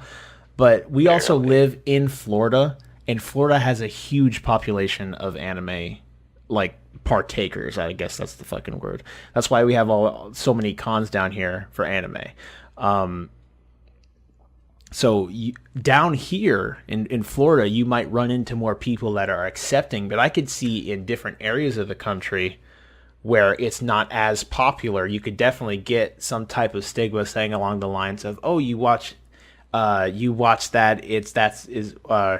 what was that on Cartoon Network for kids or something like that, or even along the lines where I've heard it from people, it's definitely nowhere near as prevalent, but some people do connect anime to, like, oh, you're watching that kiddie porn, and it seems like something that's so villain, like, or in a way, like, you hear someone say it and you wouldn't think that, like, are you serious? Did you really just say that? Are you fucking with me? Or am I on candid camera or something like that? But there are people that are still like that, obviously. Now, again, we live in Florida. There's a huge population of anime partakers here, and we also have very, what's the word? For mom and dad, they're very old school. No, not old school, but they partake in anime, and they somewhat enjoy it. What's the word? They're modern. I wouldn't say modern, but whatever. They're very open when it comes to in some ways. They're not always open, but like my dad has watched anime with me, and he enjoys anime. Now, getting him to watch certain anime may be difficult because he'll see something, especially some of the more silly ones. Like I still have a hard time getting him to watch My Hero Academia, just because it starts out silly and it has its moments where it's just silly, like characters yelling, or there's just over energetic characters, and that's something you just get from shoujo. That's something that's connected, not shoujo. What's it called? Shonen. Right? Shonen, yeah.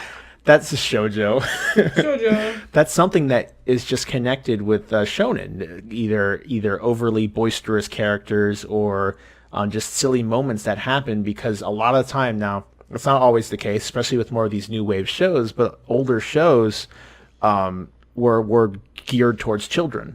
So things like that, the slapstick humor or slapstick comedy in the ways of over energetic characters screaming and like they're either morphing between chibi and normal size or whatever they're doing, it was targeted towards children, and it kind of persisted as these shows continued to go on, because shonen usually lasts a long fucking time, as we've seen from One Piece, Naruto, Dragon Ball Z, stuff like that. And now some shows have adapted, and we've also started to see this rise of newer waves of shonen, as Shawn has said earlier with Boku no Hero, and some they still hold some of those older methods of whatever, just because it's something that it's almost nostalgic in a way to certain people viewing the show. It's like, hey, that's how it was when I was a kid. You get that feeling.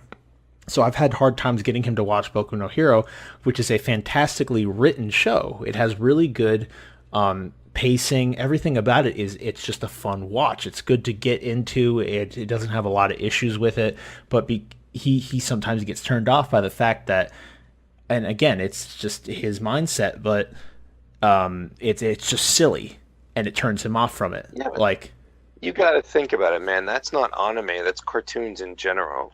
Yeah, the anime just has a wider flavor variety of subject content and cartoon content than we have here. But anime is cartoons.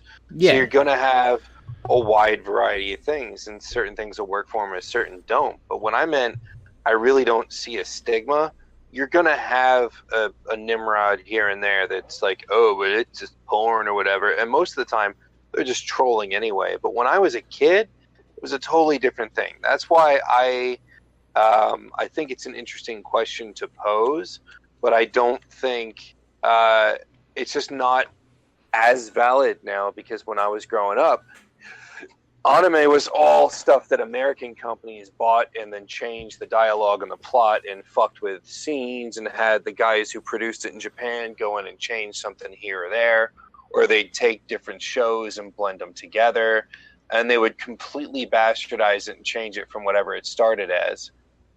With like Carl Masick, who's like both the hero of anime as well as a villain, because if it wasn't for him, we wouldn't have had much anime at all over here. He was kind of responsible for giving it a bit of a rebirth in the 80s, because in the 60s they had Gigantor and they had Astro Boy. And that's pretty much all you got. And then there was nothing for a few years. And then the 70s rolled around and they started farming out animation, like Hanna-Barbera did to Korean studios, Japanese studios, Chinese studios. And you had some anime leak over here every now and then, like Transor Z and the Mazinger thing and Harlock and shit like that would sneak over on cable. You'd see some of that, but even then, very bad translations. And when the hentai kind of became more of a thing in the 90s, there was more of a stigma against the anime. It was either a kid's thing or it was for porn, and people couldn't understand that you could have an adult subject in a cartoon and it not be porn. Now, I mean, you could have titties in a Bruce Willis movie and nobody says shit, but you put titties in a fucking cartoon and then all of a sudden everybody shits a brick because cartoons are kids' things. But this is not the same world, and people just don't think that way anymore. You're the older audience, maybe, 50s, 60s, 70s, 80s, you're going to see that perspective. But anybody 40 or maybe early 50s or younger is more than likely going to see it a little bit differently and be a bit more open to it. So the only thing I could see is a stigma realistically associated on any kind of a regular basis enough to be enough to be relevant these days, is associating anime with people who are antisocial or like super nerdy and they don't talk to people, like something like that, maybe like the super nerdy kind of thing I could see as being a stigma associated with it, like the way that people used to and sometimes still see gaming. But I don't think that the stigmas that he was suggesting we take a look at or anything that's terribly valid these days, because I've seen what it's like before. I lived it, and it's definitely not the same now as it was when I was a kid or even in high school. Very different. The thing is with stigmas, as we've been talking about, is that they're reinforced by, obviously you see commonalities in these things. So one reason that I could say you could pull pervasion from anime or things along those lines is if you look at a lot of the stuff, and again, it's a very broad genre. One of the things I like about anime so much is that they have something for almost everyone. The same thing when it comes to gaming. You could always find a game that suits your particular likes in that particular time of your life, and a lot of times the same thing applies to anime. They have stories for older women, stories for older men, stories for young women, stories for young men, stories about love, stories about battle, stories about political interest and intrigue and all these other things that you can come along, thrillers, all these things, psychological entries. But a lot of the time those well, at least currently, if you look at the amount of shows that come out, and we can tell as time has been progressing, the shows that have been coming out of Japan have been increasing.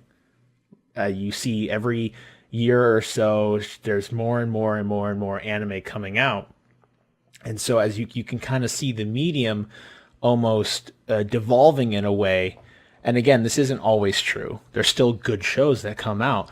But because there's so many shows coming out, it feels like there's a smaller and smaller and smaller percentage of good content coming out. And a lot of the times, especially with Japan, if you pick a random show that's playing on Crunchyroll now and you watch through it, depending on what you pick, you have a higher chance of having something that's dumb and full of titties than something that is genuinely intriguing and well written. Now, again, this wasn't always the case, and during the late 90s and early 2000s, or even mid to late 90s and stuff along those lines, we had a lot of generally interesting shows, but there are also things like, what's that thing? Was it Ninja Scroll? Ninja Scroll? Ninja Scroll was awesome. Yeah, but then you have things like Ninja Scroll as well, and from an outsider's perspective, can be seen as grotesque or in the ways of perversion. It is grotesque. That was the intention. No, and I'm not saying that when these things are made that they aren't intending to elicit some sort of response, especially from the viewers. That's all. The Japanese aren't dumb because they know what they make makes money, because a lot of the income that comes from anime and something along the lines either comes from manga sales, because you'll see it often that a lot of times they'll make a show solely to promote the manga, so that people will go out. Yeah, well, that people will go out and buy the manga, or they solely promote merchandising. So either figures, games, something along those lines, because they know that that will also lead to people making more money. A show, like, even if it comes to you and me, I'd say we're both very, very prolific when it comes to anime, but we won't, unless it's got to be really fucking good. We won't go out and buy a percentage of these shows on Blu-ray because there's no reason to. And especially, no, but you're also kind of trading shoes with me on this one, whereas I'm taking a less of a harsh outlook on it. But if you really think about it, it's not that there's any more or less good shows as there were before. It's just that when you have more, it's like the way video games used to be as they are to now. You'd find more high quality games before because there weren't as many games coming out. But now that you have more of a market for something, you're going to have more of that something out there. So you've got to weed through the shovelware, so to speak. But that's really the only difference, is because there's been a higher output. It's not that there's any less good. Yeah, no, I never said that. It's just that because there's so much more, the odds are you're going to have to go through more. Yeah, you're wadding through more shit. And the thing is that the shit usually ends up making money because of the fact of what the shit is like trying to pertain to, or like the people that they're trying to get to. I give you Saw. Well, yeah. I give you, for example, movies aren't any different in the market here. Oh, no. The more popular a subject gets, the more garbage we get with it. I don't see that as a downside like you do. It just means I have to be a little bit more discerning with my tastes. Well, and with people seeing Ninja Scroll and thinking it's perverse, those are people who aren't used to thinking of a film being presented as a cartoon. Japan's always treated film as an equal medium, or I should say animation, as an equal medium to film. It's just another way to tell a story, like a book, a comic book, a painting, anything, really.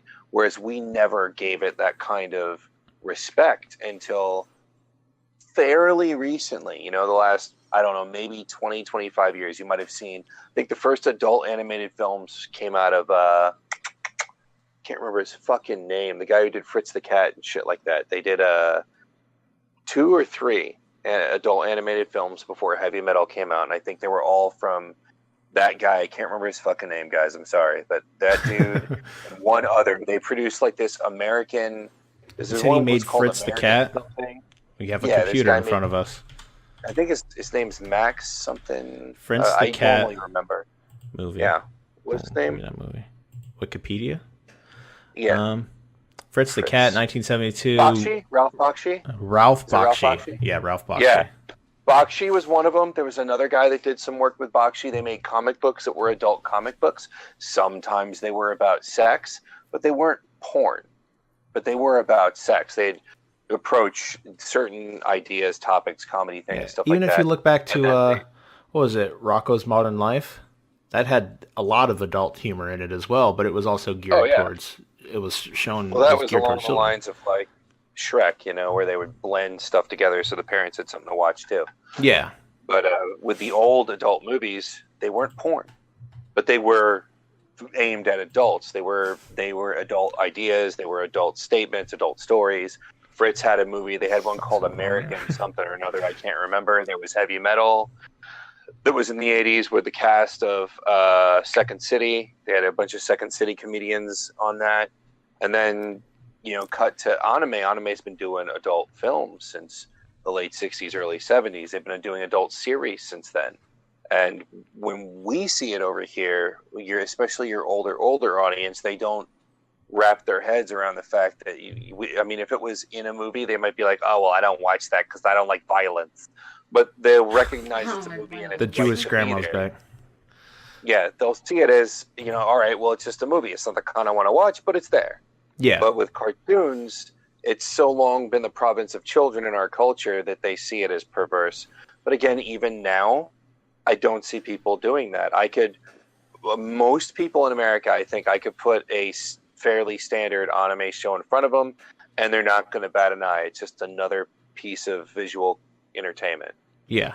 And I think it's almost to the point of being normal. Yeah. It's like 2 notches away. The point prior to like the oversaturation was not, I wasn't directly stating it as a con toward this. It was more of in the act of, if you look at a stigma forming. A stigma usually forms because there's positive reinforcement for it. Now, it's sad to think about it that way, but the reason we have things like stereotypes and along those lines is because at one point or another, they were seen factually as true, and it formed over time. It formed a kind of like the butt of a joke kind of thing, and it turned into these stereotypes, and the stigmas formed the same way. And I'm not saying it's a con at all, because again, all media has a way where if you oversaturate it, you'll have to dig through. Not everyone is a genius at what they do. So the more hands you have in the cookie jar, the less goodies you get, basically. I don't know. That was the best way I could think about it. But I'm not saying it as a con at all, because again, I don't feel like the amount of good content coming out of Japan has decreased in any way, shape, or form. We still get fantastic shows year round. I'm just saying with this oversaturation, it's doing a way of almost reinforcing the stigma where if you go, like I said, you go on Crunchyroll, take the season that's are currently happening, cycle through 10 or something of the shows, and if 5, again, none of this is factual, this is all to prove a point, if 5 of them are perverse and dumb in one way or another, it's going to slowly build this stigma against people that either started or are starting to watch animation or anime or are either long going or veterans that are slowly growing out of it because of oversaturation. But again, from both of our perspectives, us being prolific in this medium, we just see it as another type of it's just like an ebb and flow in a way. It will come and it will go. We might see a kind of backlash where less shows come out. A lot of it depends on what happens in Japan, because a lot of the money that they make is coming from Japan. They get a decent amount of money from us on like licensings and stuff like that, but it's nowhere near as much money as they make over there. But that all I was saying with that before is that if you have an overstimulus of things like this that reinforce the stigma, it will slowly form if every time you see someone watching anime, and again, it kind of works the same way we talked about gaming before, is that there's since it's such a broad genre, there's so many different types of lists or partakers in their journey in a way. You have people that are veterans like you that have been watching it for long. I'm like in the middle of my journey when me and Caitlyn have only been watching it for how long do you say we watch anime? 4 to 5 years? 6 years? Something along those lines. We've only been in it for so long, and you have people that are just getting into it now, and people that and they're being bombarded with stuff along these lines. It will push people away, and that's why I'm saying that this kind of stigma can grow based on that. Again, I'm not saying it's a con. I'm not saying it's bad, and I'm not saying that the quality of shows coming out of Japan has dropped in any way, shape, or form. But I do think that there is some validity to this question being asked today, but I don't think connected to hentai, maybe, because I think people will openly see hentai and anime as different things. Same way if you were to watch a movie and watch a porn movie, you'd see them as separate things. Agreed. But I do think that the perversion and the oversaturation of fan service or things like that can lead to pushing someone away, and like he says, can create a barrier to possibilities that are possible. But more of the lines of people. I don't think that's still a stigma, man. I think stigma is a strong word for that. I mean, if somebody tries watching something and they're like, "Well, this is all dumb. It's really not for me," I don't know. I don't think stigma is the word we're looking for in that instance. I mean, it's something. I don't. Well, for some reason I'm reaching for it, but I can't find it. But yeah, let's before we continue, let's I guess let's get a solid definition of what stigma is in this circumstance. A stigma is referred to as a mark of disgrace associated with a particular circumstance, quality, or person. Now, although that's all very heavy imagery for that wording, I'd say basically stigma is like the big boy word for stereotype in some situations. It's not always the case. No, that's not exactly what it means. I mean, but it's like, all right, for instance, I was poking fun of Vampire Diaries earlier because I think that all of these teeny bopper ABC dramas, movies or ABC family shows. It's not ABC Family. What's it called now? Use these old man words. I think all these dramas like that are garbage. But here's the catch, right? I actually enjoyed Dawson's Creek. All right, I watched Roswell. These are like evening dramas that the same crowd that enjoy, Vampire Diaries would enjoy. So I fully admit my journey into hypocrisy by saying that show sounds retarded, but I have a specific way I like my vampires, and they don't do that on TV. So anytime I poke fun at a show like that, I've tried watching them, and they just look stupid, so I didn't continue. But I don't consider that a stigma so much as I didn't see enough to appeal to me. So if there was anything that worked against anime, it'd be more of your idea that because there's so much content out there, that they stumble into the wrong stuff one too many times and just figure that it doesn't have anything that's going to appeal to them and they give up. That'd probably be where I would see the validity there. Yeah, but a stigma is relative.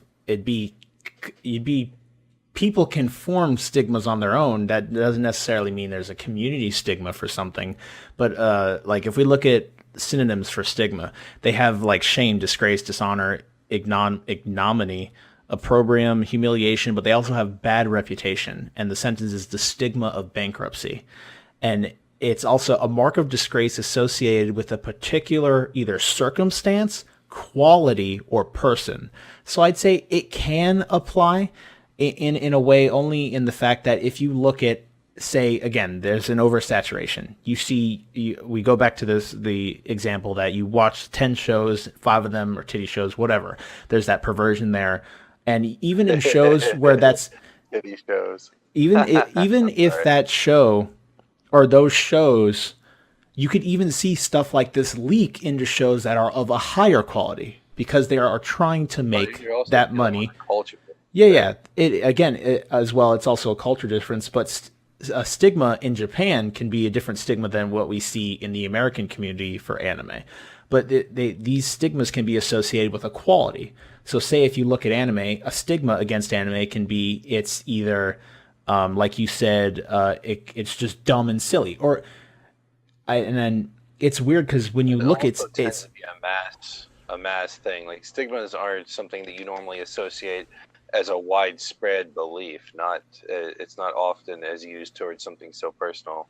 Yeah, it's I usually just don't hear that, man. Yeah, Yeah. I don't. No, I don't understand, think that and even like it's weird kind of because thing. again, like we said earlier that we live in Florida, and I'd say people generally here are much more accepting of anime, but I can't speak for someone like Sam if he lives in where does Sam live again? It's like South Carolina. Yeah, something like that. It's like South Carolina, or along those lines, or somewhere along the Bible Belt. We might not know how people act there. Just like there might be a stereotype against black people in that region, where down here we'd never have. I can't say never, but we wouldn't have something Never those been. lines because it's a melding pot in this area. So we couldn't really say because I think it's definitely relative on who you're asking. But the same, it's a weird question, and it's good that we're having this discussion. I hope Sam, what you're hearing, that whatever you have that you thought when you were asking this question, feel free in the comments below. Let us know what you think exactly of this discussion. And I agree with Shawn. I'm not disagreeing with him in any way, shape, or form. And I do believe that when it comes to these things that they aren't always set in stone. Nothing really ever is. That's why we have discussions, and always it's in the efforts to provide levity. Not levity, that's not the right word. To provide clarity. No, we do plenty of that though. Yeah, we do provide levity. Caitlyn taking her shits in the middle of the podcast, but Listen. but we try to provide clarity in a way, especially from people coming from different like again walks in their journey. It sounds so dumb when it comes to us referring to this medium of anime, but I've listened to a lot of people that have been longtime fans, people that have been newer fans, and their thoughts on this as a whole. I've listened to a lot of podcasts that have discussed things like this before. And Sam, if you're a decent fan of anime and you love discussions like this, we love anime here, and we'll pretty much do fucking anything on this podcast. We don't really care, and we're happy that you guys all basically deal with us effectively at this point. But they have like there's a podcast to listen to called the Anime Addicts Anonymous. If you hit me up on the Discord, I could drop the link for them. They are fantastic with this stuff. They have really deep conversations a lot of times about shit like this, and they get really into the nitty gritty. And two of their hosts lived in Japan for 2 years, and they both taught English, and they had talked with people over there and stuff that they had deal with. And this was in the early 2000s that they were doing this, and they have so much knowledge on these facts and just like Japan's culture and their people, not only just animation alone. It's so cool to listen to them talk about this stuff, being like directly exposed to it and being able to absorb all that information. And I love listening to them. So I highly recommend you check them out. They also do reviews of shows that are coming out, and they talk about things like that. But like they had a whole thing where they talked about Hayao Miyazaki and the way he writes his scripts and does his stories, and what they pulled from his story and the way that the recurring themes that he has in his movies. And it was just so cool to listen to all of this. And like I'm just fucking working and I'm listening to like this amazing and like informative talk about all this shit. I highly recommend you check them out. But yeah, I'd say, Caitlyn, do you have anything that you think about this? Because I know I don't think you watch as much. You just kind of partake here and there, but have you seen per se the oversaturation that I'm talking about, where there's more and more shows that you say you wouldn't really consider good? Oh yeah, for sure. Yeah, and again, I don't think I'm not stating that as a con, because we found fantastic shows in the last 5 years that we've been watching anime, such as that have been like masterfully written, such as Your Lie in April, Erased, just fantastic. Well, Karen hasn't read or watched Your Lie in April yet. I won't. Prepare yourself. Definitely, yeah, it's waterworks. That's all I gotta say. I won't. But these, It's really, really, really, really good, but your heart will break permanently you forever. will. Yeah, you will I have to do. contemplate suicide on a daily basis because of that show. You'll anytime you hear a piano or a violin, you might just break Yeah. down on the spot. Yeah, I think I'm okay. Man, that show is fucking fantastic. But it's just like Shawn said before, you're weeding through this shit. And again, as I said, it's all relative. I do believe a stigma is there, but it depends on who you're asking. And I think that exists with a lot of things that we talk about, because there's no person that's the same. And I think that anime is fantastic. I don't even watch actual TV, even though people tell me to, because I just usually don't have time because I'm doing the weeding that we've been talking about, getting through shows that I find are garbage, and just trying to find those golden nuggets in the shit stack. I've done a pretty good job with it, man. I don't run across as many bad ones as I do good ones, but I think it's because I stick to Crunchyroll so much. Maybe I do a little bit of research too. Like if something looks interesting, but it looks like it's definitely gonna. I mean, I'll talk to people and I'll check reviews before I commit. Like I didn't want to watch Kill la Kill, and I didn't want to watch Soul Eater, and I almost fucking turned away from Gurren Lagann. But with Gurren Lagann, I just decided to give it a chance, and it turned around and became amazing. With Soul Eater, it took me half the first season before I stopped hating it. And with Kill la Kill, I think I hit episode 4 or 7, and shit just got awesome. Yeah. But it takes a lot for me to get through sloppy animation and God, Kill la Kill had some sloppy ass animation.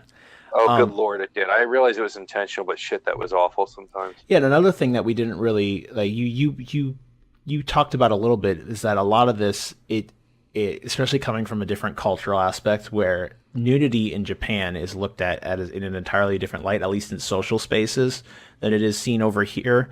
Again, that's only a slight difference, but the fact that, like, if you look at a show like Kill la Kill at a base level, you'll be like, well, this is trash. But the more you kind of get into it and kind of try and understand what their purpose is and what they're trying to push across, it doesn't necessarily excuse the fan service, but when you see where they're coming from, it kind of, you can't really form that stigma, or you can't really reinforce that stigma with that show, because it's almost a parody in that aspect, the way that it's done.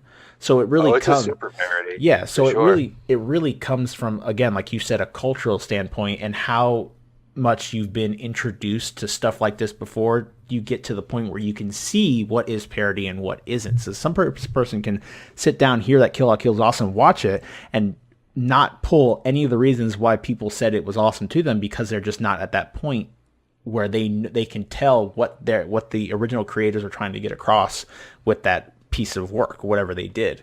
So, and then stigmas can form that way, which is why, again, stigma is a weird word, because it's all relative and none of it can be really seen. It's the word's connotation is bad, but it doesn't always mean it's a bad thing, because it could form under false pretenses. So it's definitely. I have a friend that watched what's that one I like so much with King Arthur and shit. Fate Stay Night? No. King Arthur. Yeah, King Arthur shows up at the end. All of a sudden, I can't remember the name for some reason. Is it Goofy? But I like it now. Yeah, it's got Melodious and Merlin, Seven Deadly Sins. Seven Deadly Sins. Yeah, I have a friend that started watching actually, to be precise, my buddy's older sister tried watching it with her kids and turned it off because she's like, I don't know, there's just too much like booby grabbing humor and shit. And I watched it, and you could tell I'm desensitized because I watched it. I'm like, that's not bad at all. I've seen this show. Yeah. 20 some odd shows later, I'm still listing off ones. I'm like, well, it's way worse. Yeah. But it was just a little bit much for her. Yeah. You know, so.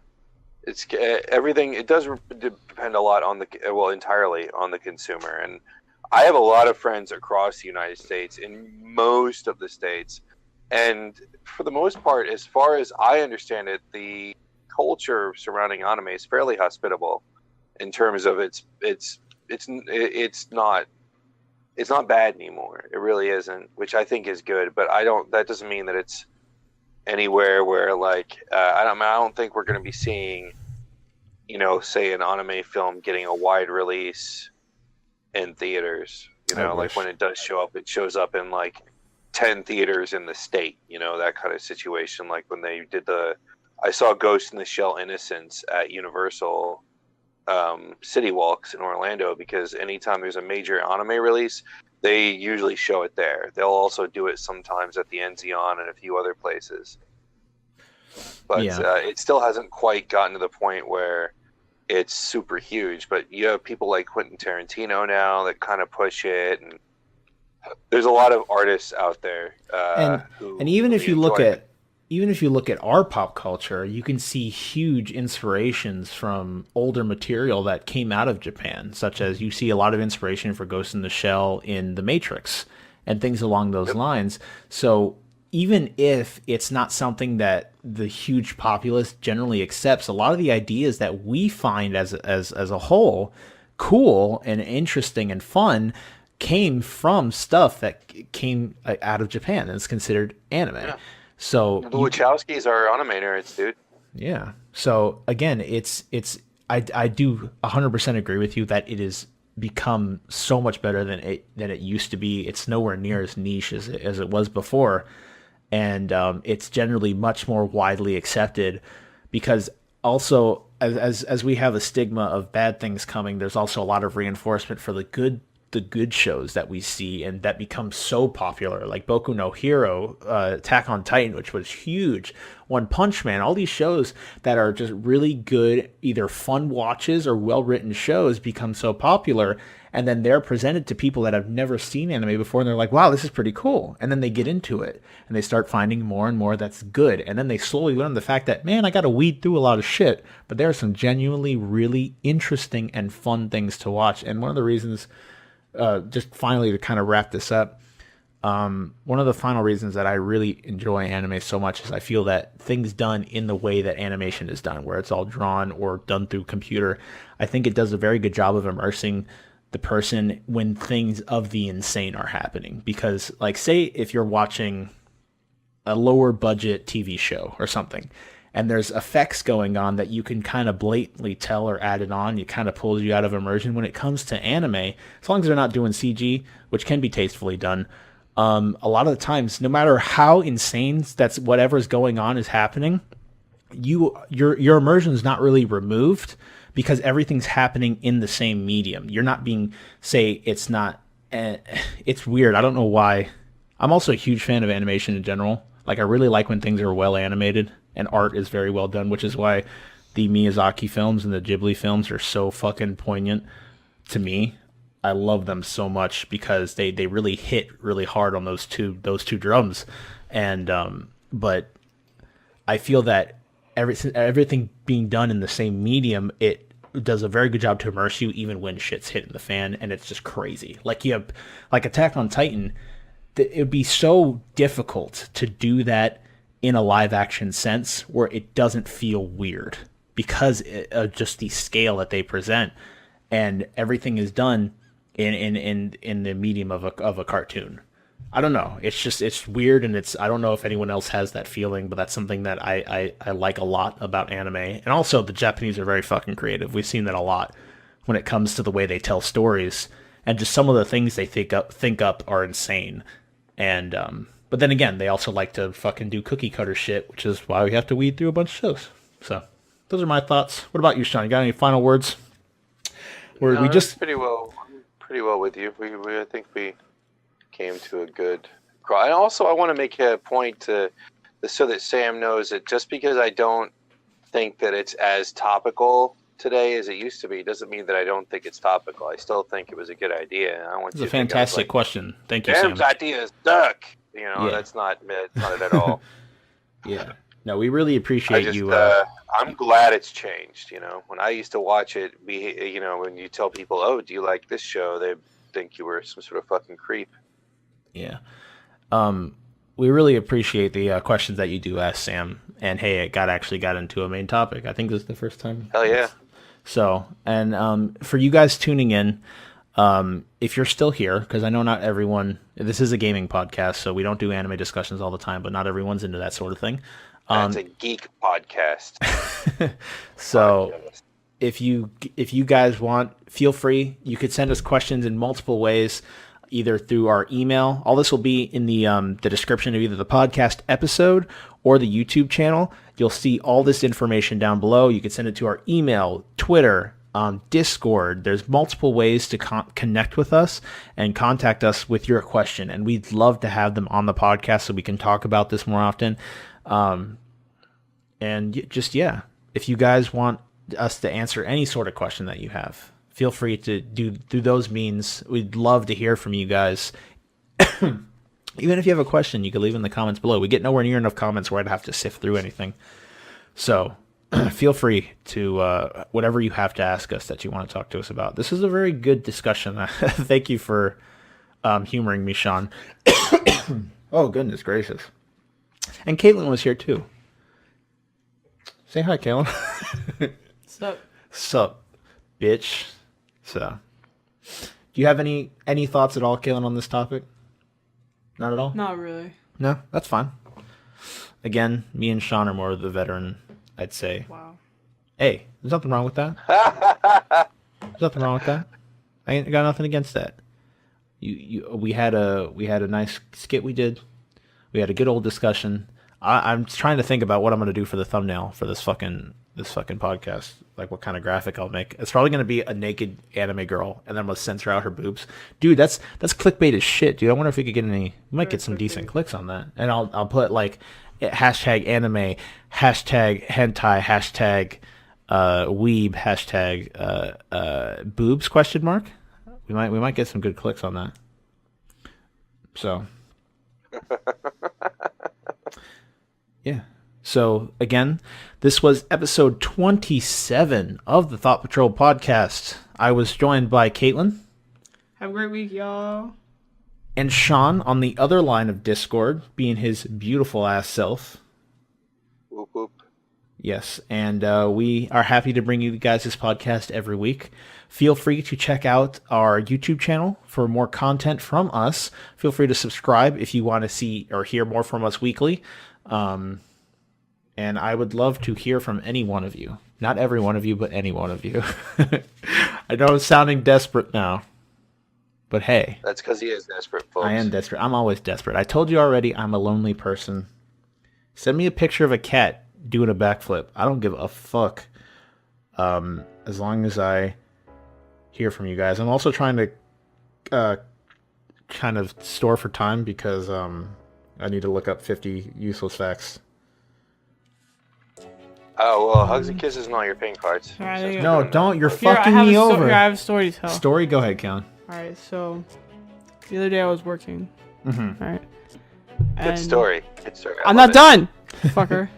Oh, man. So I was working, and as many of you know, I work at Chick-fil-A. Yes. And I was working in the drive. Kyle, don't pay attention. Oh, you found one? I did. Okay, well, now I gotta finish my story. No, finish your story. So I was working in the drive-thru, and this guy came up. He's like, "I want some chicken nuggets." And I'm like, "Dude, I got you." And then his total was like $10 or something, and he gave me a $10 bill, and it was like in a paper hat form. It blew my fucking mind. That's so awesome. It was amazing. And I had to I had to ruin it. No, you should have just shoved it in the fucking. Oh, just like left it in the there. cash register. Put it in as the $10 hat. Yeah, it was really cool. Did he like say anything? No, he just gave it to me. He's like, "There you go. There's no money." I thought it was great. All right, go Kyle. I've done fucked up. I'm looking for one still. So yeah, I had to ruin it and then put it in my register. You should have looked at him as you unfolded it. I laughed. I giggled. It made my day. That's good. Are you done? I wonder if he just received that as a present, or he actually goes around folding his bills so he could dispense them that way. Fuck with people. Yeah. I don't know. Maybe. See, now I want to know how to fold the fucking dollar into a hat. Yeah. Was it like really tiny and compact? No, it was pretty big. What the fuck? Like fit in my hand. That's so cool. So cool. All right. I'm looking for a good one. This fucking sucks. I'm sorry, guys.